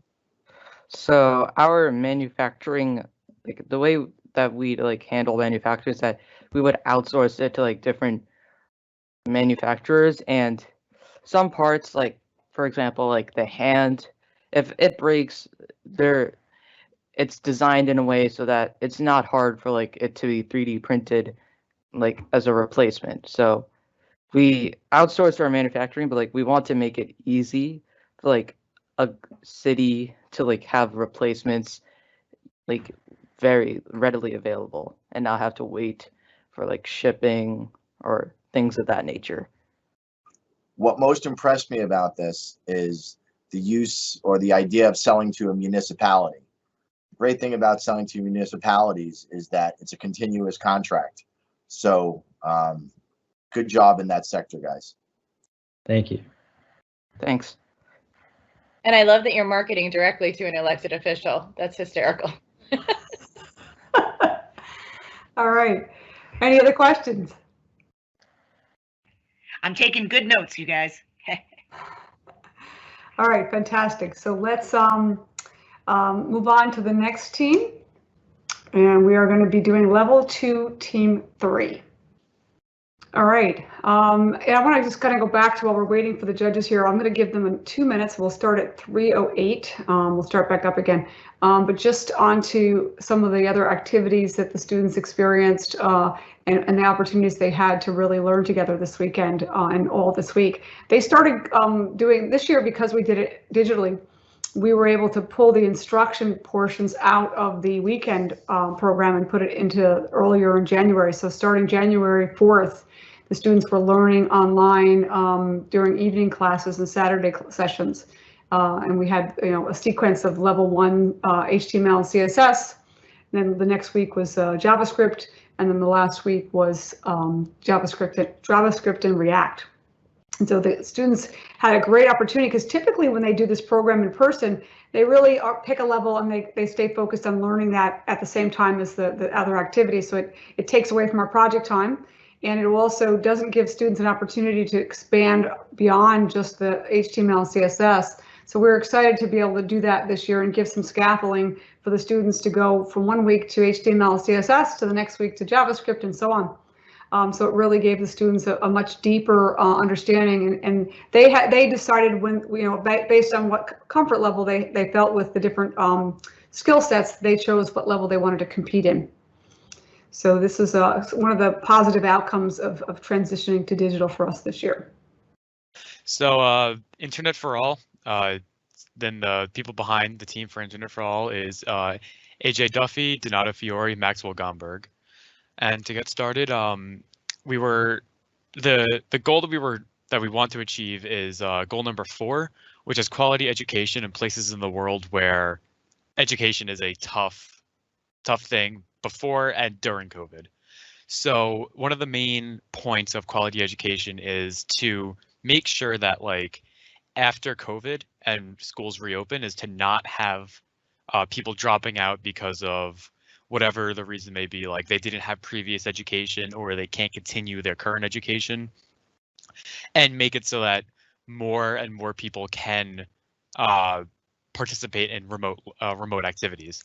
And our solution is to have an easy way to help spread a message, just spread internet across the world to places that they don't have it. And another way we plan on like helping with this is by partnering with big networking companies and supporting what their goals are originally going to be, like satisfied through what we're doing.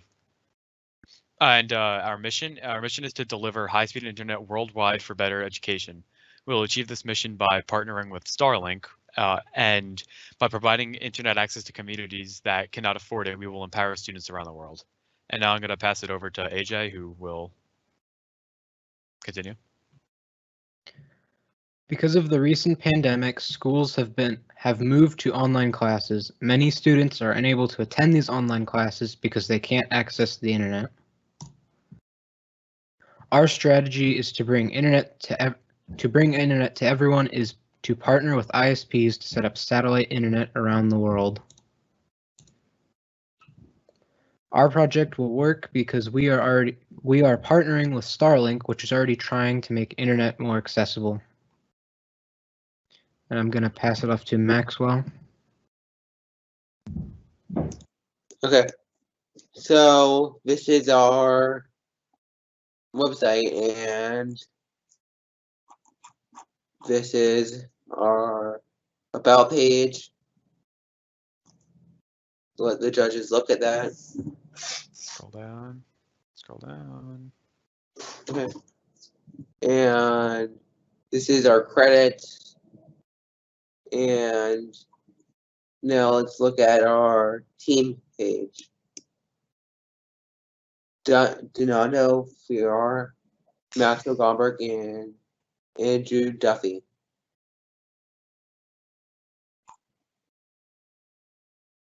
And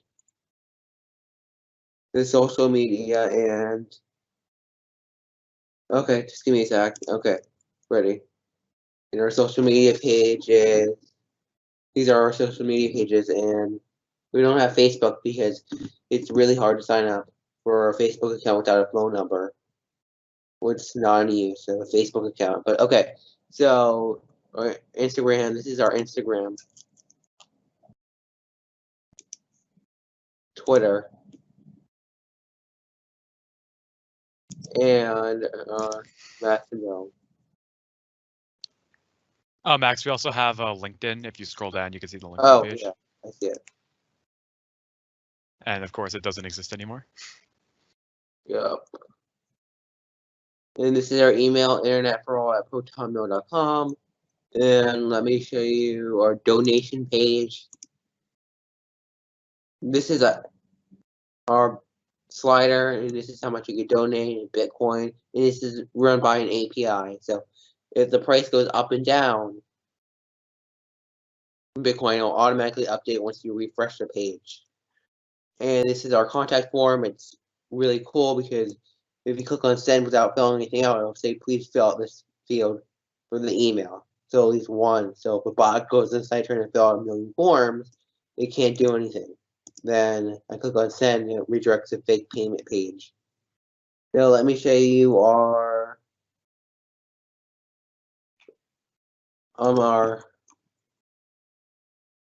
Showing the blog. Oh yeah, the blog. This is our blog, and the incredible people who helped and contribute to this was also, I forgot to include was Kevin McCann, and he was our mentor. He was really helpful the entire time. Yeah. And this is we're partnering with Starlink, and we're also our major advancements. So this is what kind of satellite we're going to make. A cheap satellite dish you can put over a house, and will provide very fast internet speeds. Sorry, internet speed. Okay, and I think is that it? Yeah, I'm pretty sure that's it. And sorry, I skipped through the main index, but this is our index.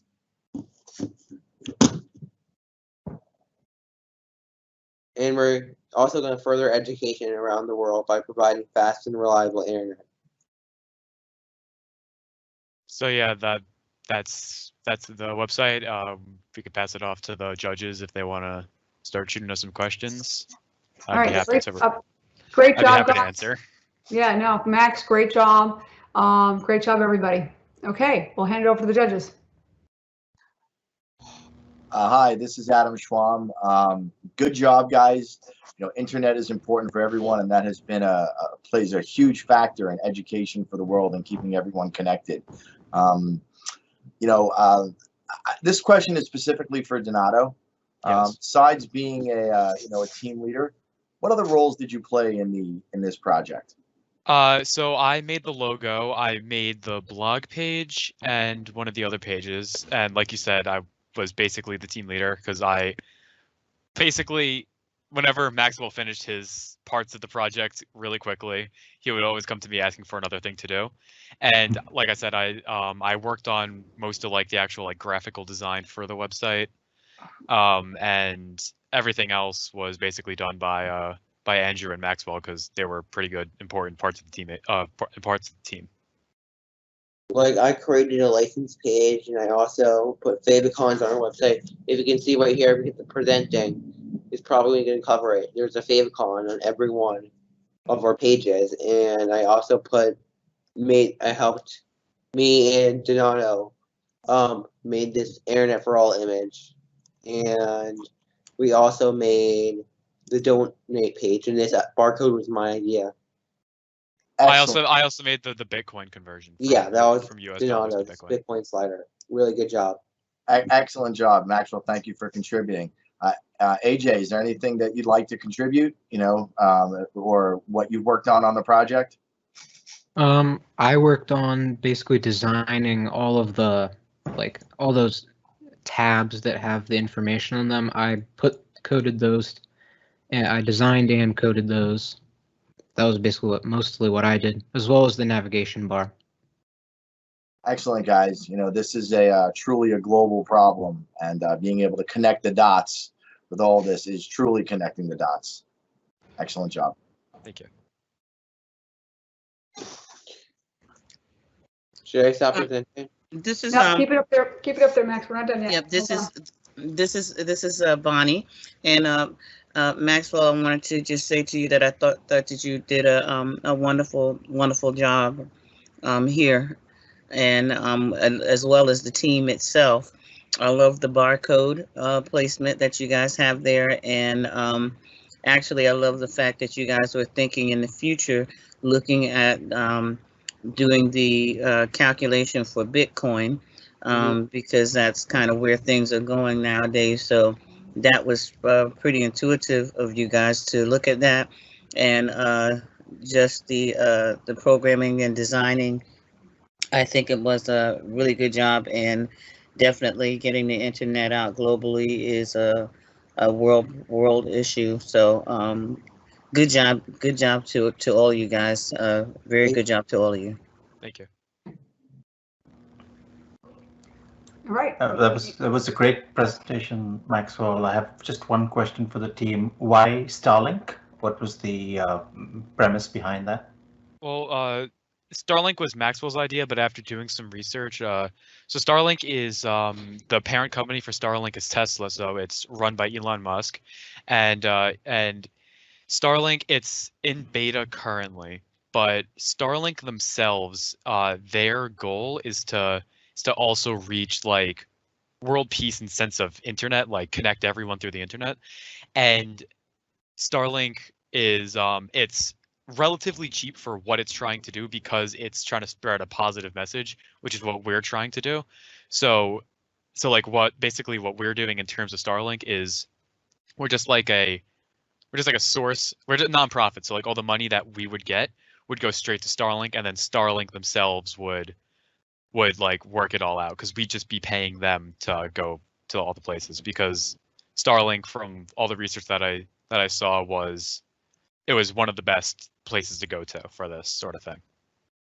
And you've done your research. Great job. Thanks, guys. Thank you.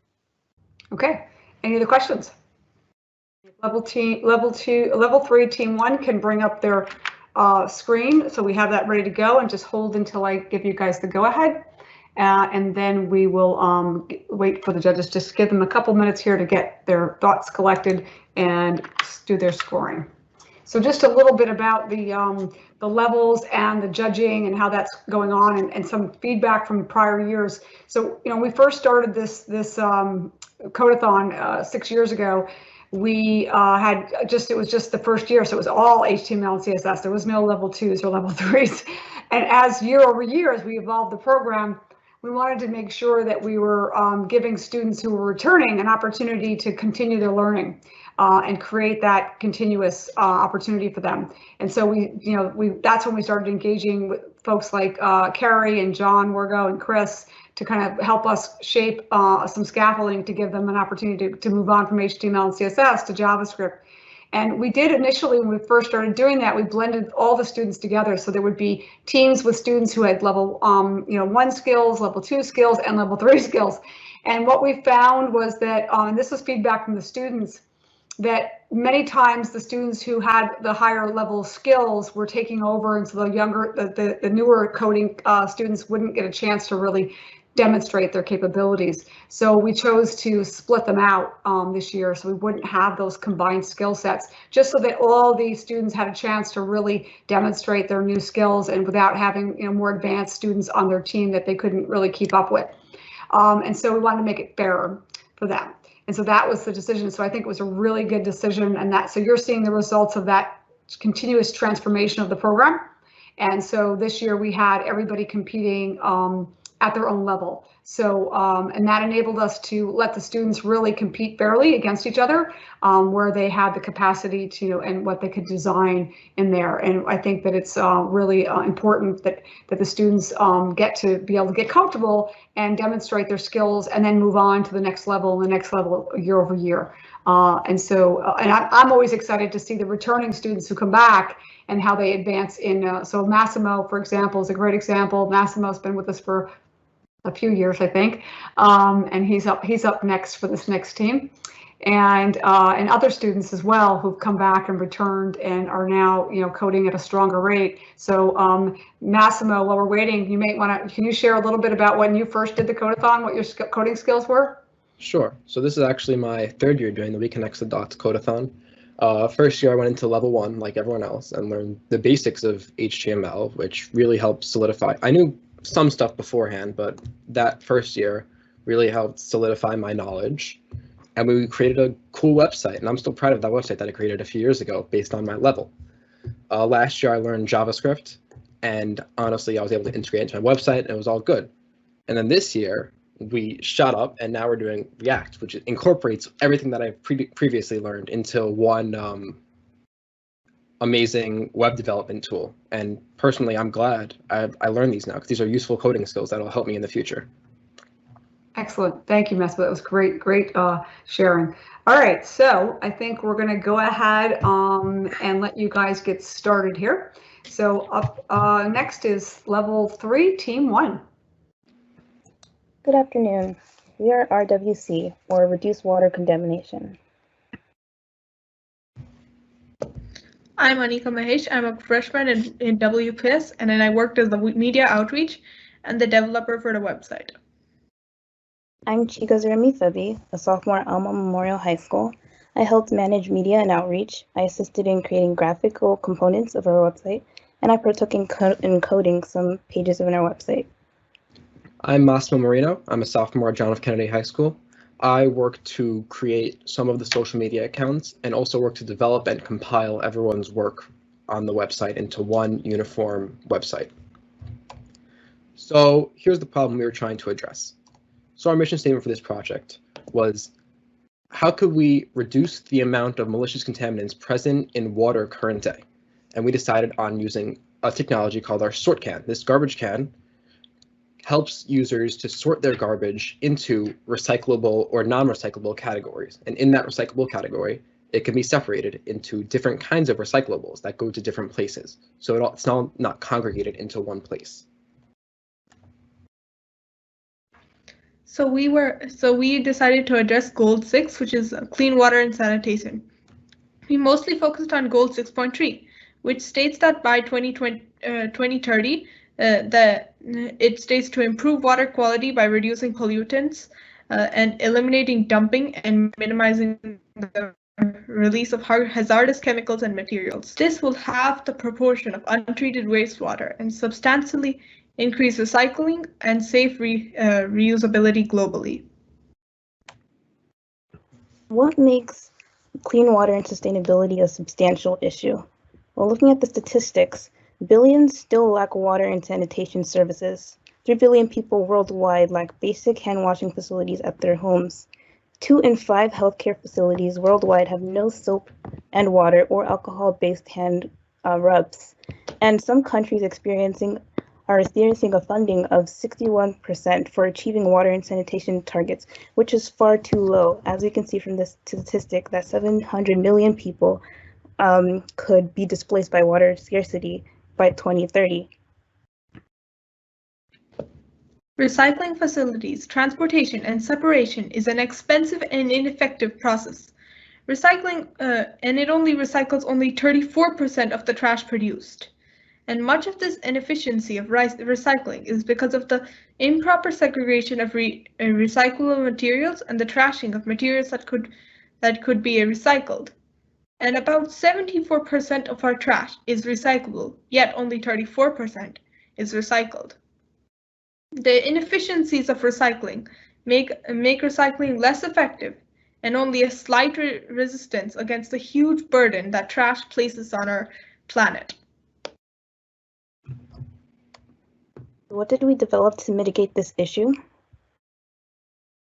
We created SortCan. It's a smart bin that automatically sorts waste based on their recyclable category. Some major components could include a touchscreen monitor interface that runs G0 on a Raspberry Pi. It takes the user's input for the respective recyclable category, or it scans the barcode on the user's packaging.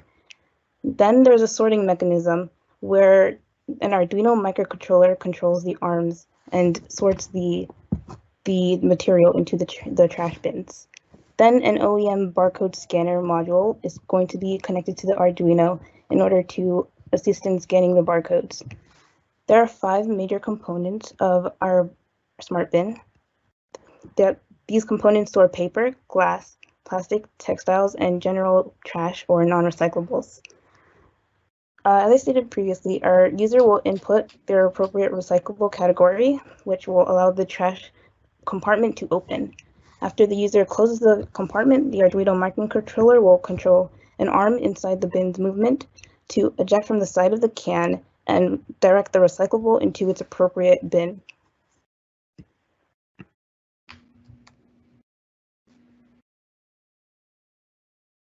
So what will be the impact of implementing this design? First of all, it will reduce pollution, since the better sorting method would increase the effectiveness of recycling process. This would cause less waste going into landfills and would prevent the majority of water pollution caused by overflow. And it would also be it'll also be easy on the consumer with its easy user interface. People will never have to think twice about recycling. It'll also increase efficiency of the recycling process. Along with the other improvements of the SortCan, it will also increase the effectiveness of recycling, since people do not have to decide what is recyclable and how. So here's our process. First, we had a little idea of what we would do, so we brainstormed using Microsoft Planner. In this program, we were able to formulate a list of ideas and plans for how we would accomplish them. The first one of that would be deciding on an idea. We then, once we decided on our idea, we organized ourselves into what we would do, utilizing a Google Docs page where we would take roles and delegate them to certain people. This helped us become more efficient. We then went to the building process, which we would implement each of our ideas into our separate branches with React coding. We then used Tinkercad to create our 3D model of our design, and GitHub to collaborate on this design with separate branches for each page. Those were later combined into one page, which is our website now. We then utilized office hours to receive assistance and help and how to improve our website. Mainly, Carrie Schatz and John have helped us with Git workflow and React, and really helped us enhance our website to a level that we didn't have before. We then received feedback from 3 teams, level 1 team 4, level 2 team 1, level 3 team 2, which provided us insight on how to improve our website and how to make it so that user functionality is improved. So I'll now showcase our website. So for judges, we recently changed our domain to rwc.netlify.app, which is different than the link that we submitted. I mentioned it earlier in chat, but just if you can't access the website, that's why. So here's our homepage. We have a navigation bar at the top with a drop-down menu for all of our pages. We're showcasing our logo here with our name and our mission statement. We have a parallax scrolling effect of a beach in the background. On the homepage, we say who we are and what we've created. And in this little infographic, we have a 3D model, a prototype of what our model is. As you can see on the side, we have buttons to eject each of the bins. Over here, we have a slot where you can put your trash into. And here is our LCD touchscreen that we can interact with. It also contains a barcode scanner.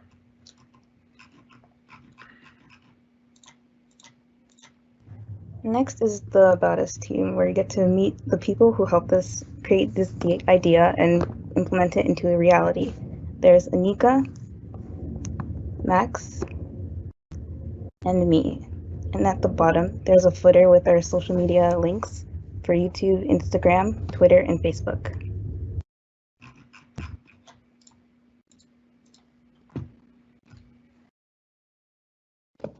This is the contact page made so you can keep up with the action at RWC. We have various social media accounts such as Facebook, and then Instagram, YouTube, Twitter, Twitch, and Discord. We also have a newsletter so you can sign up and keep up with us at any time.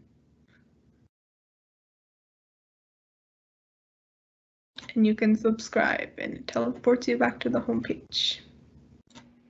And here's our blog. This is where we keep everyone up to date on what we're doing at RWC. We can see that it's organized by day. You can see that our first post was our new release. This was when we launched our blog and our website, which basically just outlines what we want to accomplish. We posted when our new sort can just got modeled. We posted an in-color picture of what that might look like. And then today we posted just some information about how to mitigate water contamination and how a sort can would help that out. Here are our sources. Do you have any questions? I do. Yes. Yeah. You guys want a job? Excellent, Yeah, guys. Excellent definitely. presentation. How long have you guys been working together as a team, or how did how long did it take you to prepare for the presentation? Because I got to say the handoffs were perfect, back and forth, back and forth. Timing was smooth. Everything was smooth. You had your topics covered. It seemed that you had, a lot to say, but the handoff was so smooth that, like a team of corporate execs, you guys had it together. Thank you. We've been Not even no curating one this take a crack at presentation. answering that question because you're all so well spoken. Thank you. Yeah, this is Bonnie. I just wanted to congratulate all of you on a wonderful presentation. I love the fact that when you showed your process, your timeline process of how you guys work together and use the technology. If you can just go to that slide real quick. And I love the fact that you mentioned that you used Microsoft, you use Google Docs and Discord, you used the different things that you utilize to work together in the office hours and things of that sort. And then you also utilized not just the technology, but you utilized some of your physical human resources in reaching out to others as well. So I think it's a great presentation, great handoff, and just the whole concept of what you're doing there was really good. So congratulations. I really don't have any questions, just comments and feedback. Thank you very much. We appreciate it. Thank you. I do want to make another comment. You know, so far I've seen different, you know, social media aspects. YouTube, you know, I generally don't see that all that often. Have you used YouTube before, the YouTube channel before? Yes, I've managed a YouTube channel in the past, so I understand how to edit videos, how to really upload, how to manage a YouTube channel. I should subscribe to this channel. Yeah, YouTube is interesting. YouTube has actually become a new a means of reaching out to a larger audience. You see big companies creating YouTube channels and creating advertisements and really building a community on YouTube, because YouTube is such a large video sharing platform nowadays. So you can really create a large community. Some people have created insane communities in such a short amount of time. So YouTube can be utilized by companies as well to really build their brand and solidify their ideas into users' minds. Hey guys, that was a great presentation. It was one of the better presentations I've seen in a while from a student group. Your presentation graphics were simply superb, and you also connected it to the website in some way, which kind of had continuity from the story to the reality of it all. So, and great handoff, like said before. My only question was on the 3D graphic motion that you had on the website. What did you use to build that? Because it tells a great story and also addresses some of the challenges of storytelling. There's a website called Sketchfab, and it's a 3D like model sharing website. And then like it gives you like the opportunity to publish one model a month for free. And then I just use that, and it also has a built-in embedder, so I can embed the files in here. Very resourceful. And you're taking a big challenge out of recycling, which is human behavior, which is a great inspiration. Thanks. Thank you. This is Victoria. Just a comment. I don't have any questions. This presentation was fantastic. It was one of the best I've seen so far. Your collaboration was absolutely phenomenal, and I can't wait to see what you guys do with your lives in general. This was amazing. Congratulations. Thank you. All right, and everybody's done a phenomenal job. I'm always just so proud and so impressed by what teenagers can do if you give them the right tools and the right guidance, and you give them an opportunity to really shine and demonstrate what's possible and what they're capable of doing. And it's all about inspiring the next generation of the workforce. So we want them to, there's so many opportunities for them ahead. And what I love about tech is there's no ceilings. There's just no ceiling. You can take it as far as you want. And nobody can tell you that you can't learn something. So it's just a great place to grow. And so I'm excited to watch where all these students end up in the years to come. And we are lucky with our program that we get to do that, because a lot of our students who participate in our program come back as volunteers, and they come back as mentors. So it's a great continuous flow of talent and sharing where they are in the future and what's possible for other students to learn from them. All right, so let's go ahead and let Level 3 Team 2 kick off. Everybody ready? Yeah, okay. Our group is Reaching Out. It's an organization for bringing people the greatest almanac of knowledge there is, the World Wide Web. The team that made this, each team member did an equal share of our work. It was all 50%. I can't really assign specific roles to either of us. I would say Alex did a great job. So our team members are? I'm Alex, and I'm 14 years old, and I'm from Westbury. I'm Jeremy. I'm 15 years old, and I am from Dix Hills. Who are we? Our mission is to enhance and enrich the lives of people in developing nations by providing them with access to the World Wide Web. We achieve this through setting up computer labs within these towns and villages and lending donated and purchased laptops. Through these machines and their newfound access to the internet, they can educate themselves through free online resources and gain new career skills and knowledge. So, yes, Reaching Out it brings people across the world it lends them laptops and sets up internet services wherever they are.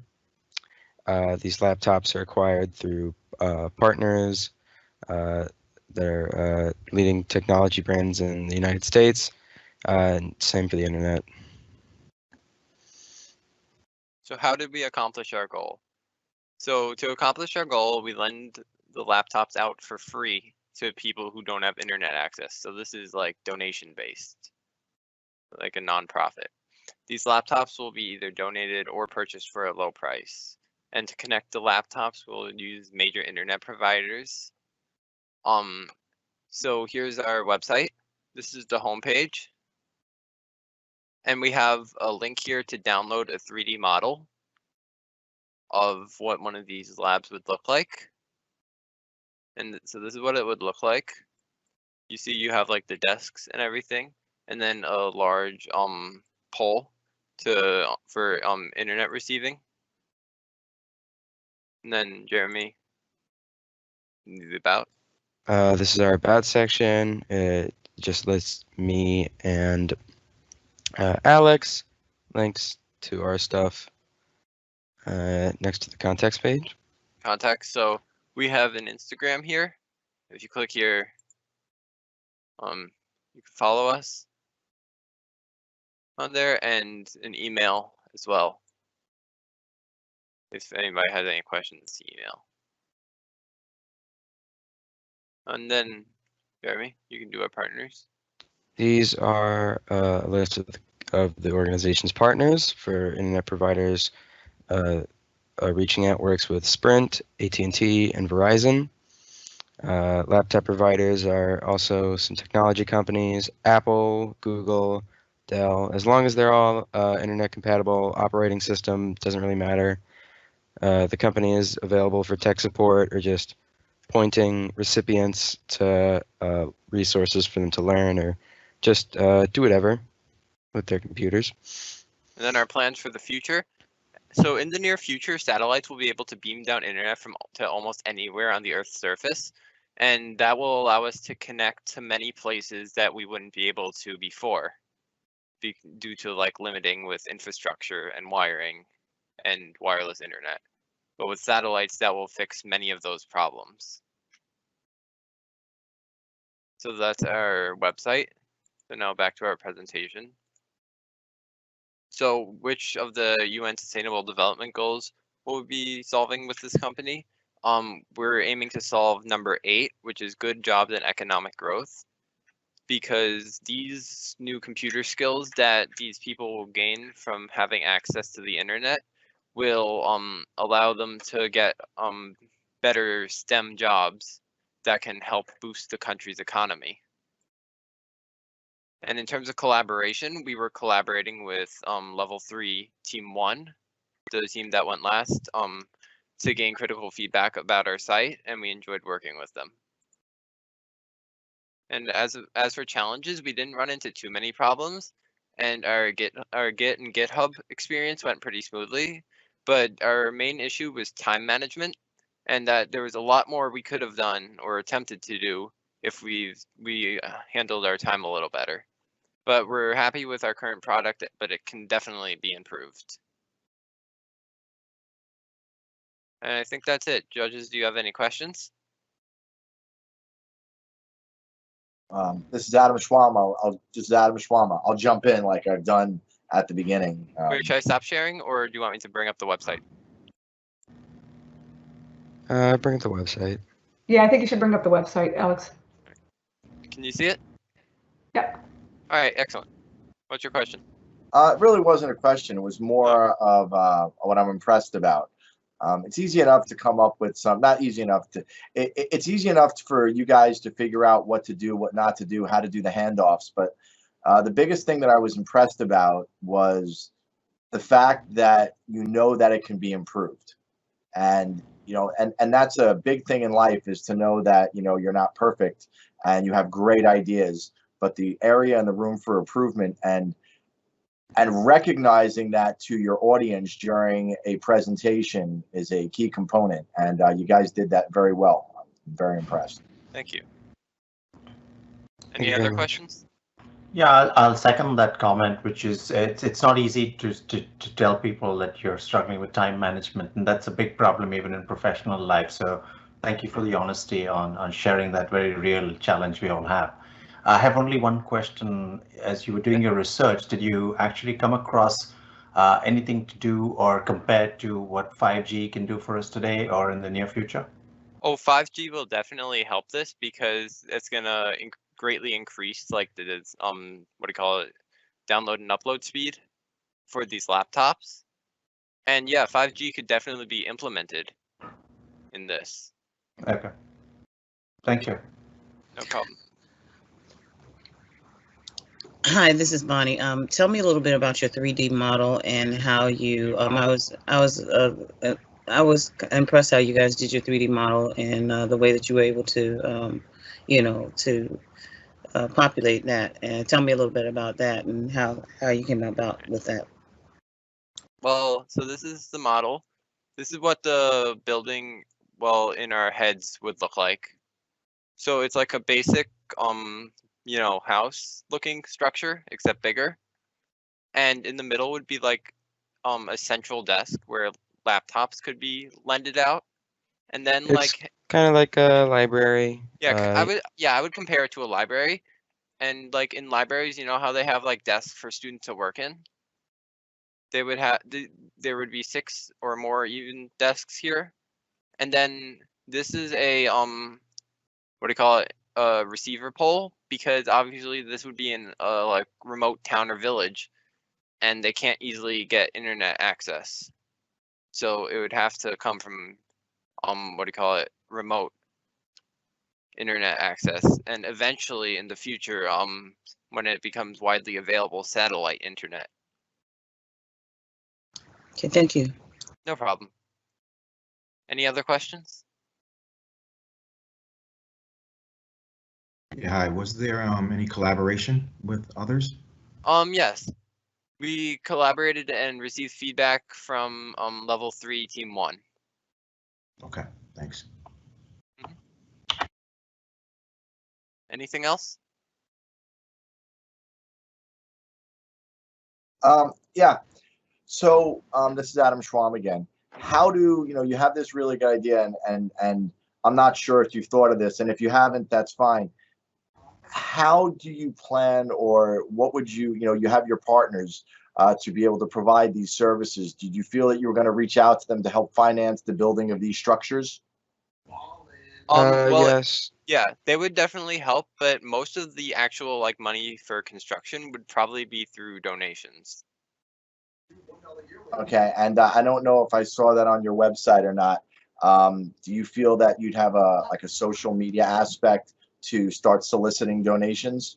Yes, social media is, in my opinion, a great way to reach out to people and have a lot of people hear what you have to say.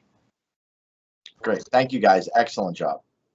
Okay, so that was our final presentation. Any other questions from the judges? If not, we're going to pause here.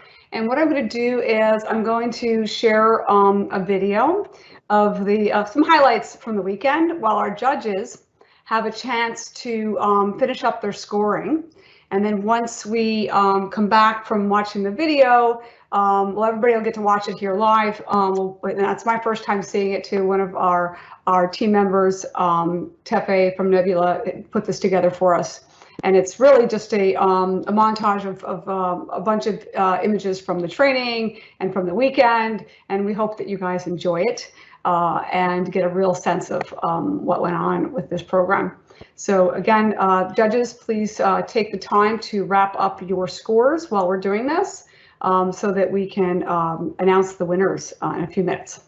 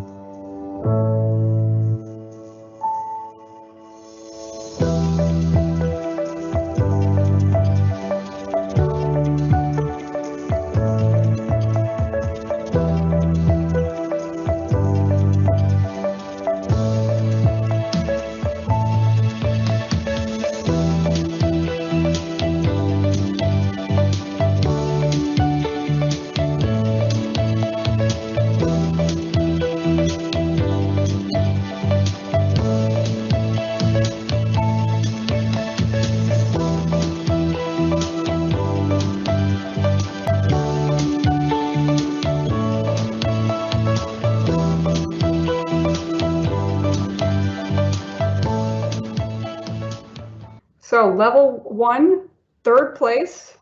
Okay, can I get all the students to like drum roll for me? That would be awesome. All right, thank you. Okay. That's all good. So 3rd place goes to level 1, team 2. Oh yeah. Okay, and they win a Pocket Wave Smart Notebook. Okay, every one of the team members will win that, and that'll be sent to their homes. 2nd place for level 1. Again, can I get a drum roll, please?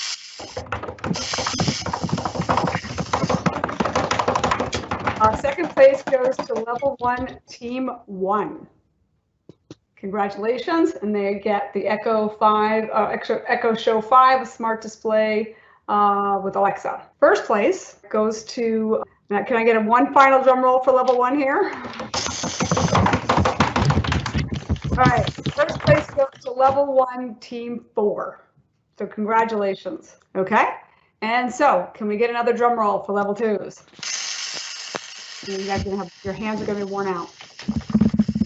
Okay, level 2, 3rd place goes to level 2, team 1. Congratulations.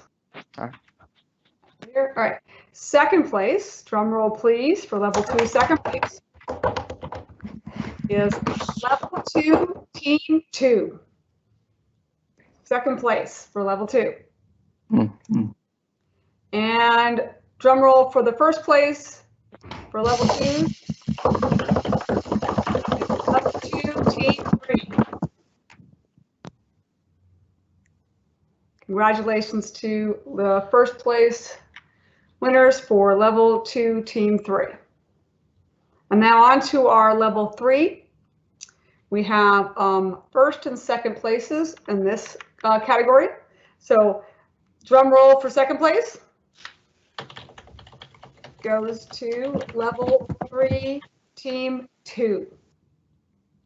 And 1st place for level 3 goes to level 3, team 1. Congratulations, everyone. You did a phenomenal job. As a reminder, everybody will have their backpacks and masks and other prizes that we're going to be sending to your houses or to a pickup zone where we'll reach out and confirm how we're going to do that based on the student count and where you guys are living. We'll make sure that all goes out. So you'll be receiving all this stuff mailed to you next week. Some of the prizes will go directly to you or they may be coordinated at a pickup location. So more to follow on that. Make sure, students, that you completed your forms for the correct address that you wanted things sent to, so we make sure we have that. All right. I'd like to just wrap up for the day. Let's just jump our screen here so we can kind of close out everything. Oops. So I wanted to thank our judges, make sure that we know we really, really appreciate all your work and effort to help us with this program. Again, thank you for your time and volunteering. We know it's a big ask to spend this time on a Sunday. So thank you for helping us. And those listening, if there's any way, if you can support our program, parents that are watching, this was valuable to your students, please make a donation to our organization so that we can continue to do more of these types of programs. And if you can follow us on Twitter and Facebook and LinkedIn, we really appreciate the exposure and just making people aware of the work we're doing. Students, it was amazing. Thank you so much for spending the time with us this weekend and all month. It was a pleasure. I look forward to engaging with you on our Unlock the Box in a couple weeks when we come back to do that again with you. And thank you again. If anybody has any last remarks that they want to share, the mics, feel free to comment. I just want to say thank you to all the supervisors and all the mentors that helped throughout this entire thing, like not just for my group, but for everyone, because I really don't think that it could have been as successful if it wasn't for you guys. So thank you. Thank you. Yes, thank you. Yeah, everyone was super helpful no matter what. They would always try to troubleshoot your problems, and they were super helpful in the end. Awesome call outs and acknowledgments. Thanks, guys. Hey, this is Chris Gomez, and it's been a pleasure to work with all of these students. And it's really encouraging to see that what the next generation of leaders and solution developers are going to be. I want you all to know you can reach out to me anytime through Nebula Academy or outside of that with any development issues that have to do with something you're working on, or even career advice, anything like that. We're all happy to help through Nebula Academy here. So my advice to you would be, don't let today be the end of that interaction. There's a resource here for you. And again, it's just such a pleasure to work with all of you. It was so great, and I'm really confident about the future. Thank you, Chris. It was great to have you on the team again. I would like to thank all the mentors and instructors and supervisors for all the help they did for me and my team. You're welcome, Maxwell. It was a pleasure working with you. Anytime. I would like to thank them too. You're welcome. Yeah, I'd like to thank all the mentors who took like a lot of time out of their own personal time to help us students with like every single like bug and like error, and like really helped us like see like experience what like a day in like the workforce would be like. Yeah, it's a great Mrs. Antoine, example. I'd like to say, as a judge, I did not know what to expect coming into today. I'm blown away by everything that I saw and heard from all of you. And I own a technology company here on Long Island called Sandwire. Any one of you can reach out to me at any time, ask any questions, look forward to a job in the future, or just intern. Please reach out. Yeah, this is Bonnie.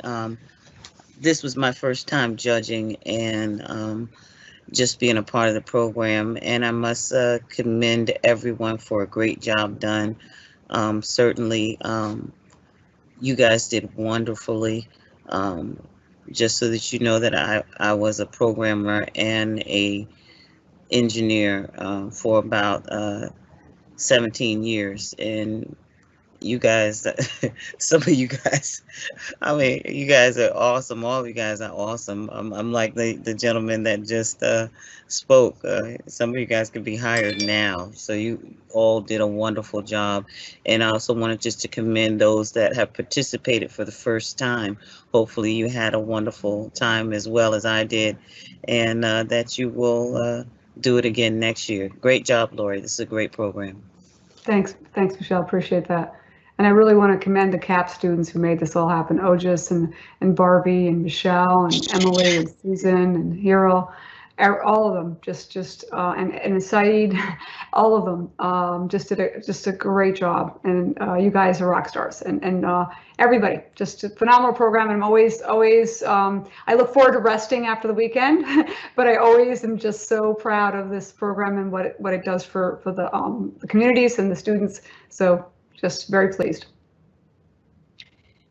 Hey, this is Victoria. This is a great group of judges, volunteers, staff, competitors. I mean, everything. Just knocked my socks off about this program. You know, just a quick comment. Would it make sense to facilitate networking to create a group that you can opt into on LinkedIn so everyone can stay together?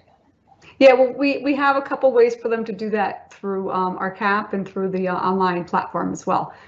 Definitely. A lot of the students are not, you know, some of the students are younger. The ones that are on LinkedIn definitely engage with us that way. We have a group on LinkedIn for them, but some of the students are not quite ready for LinkedIn.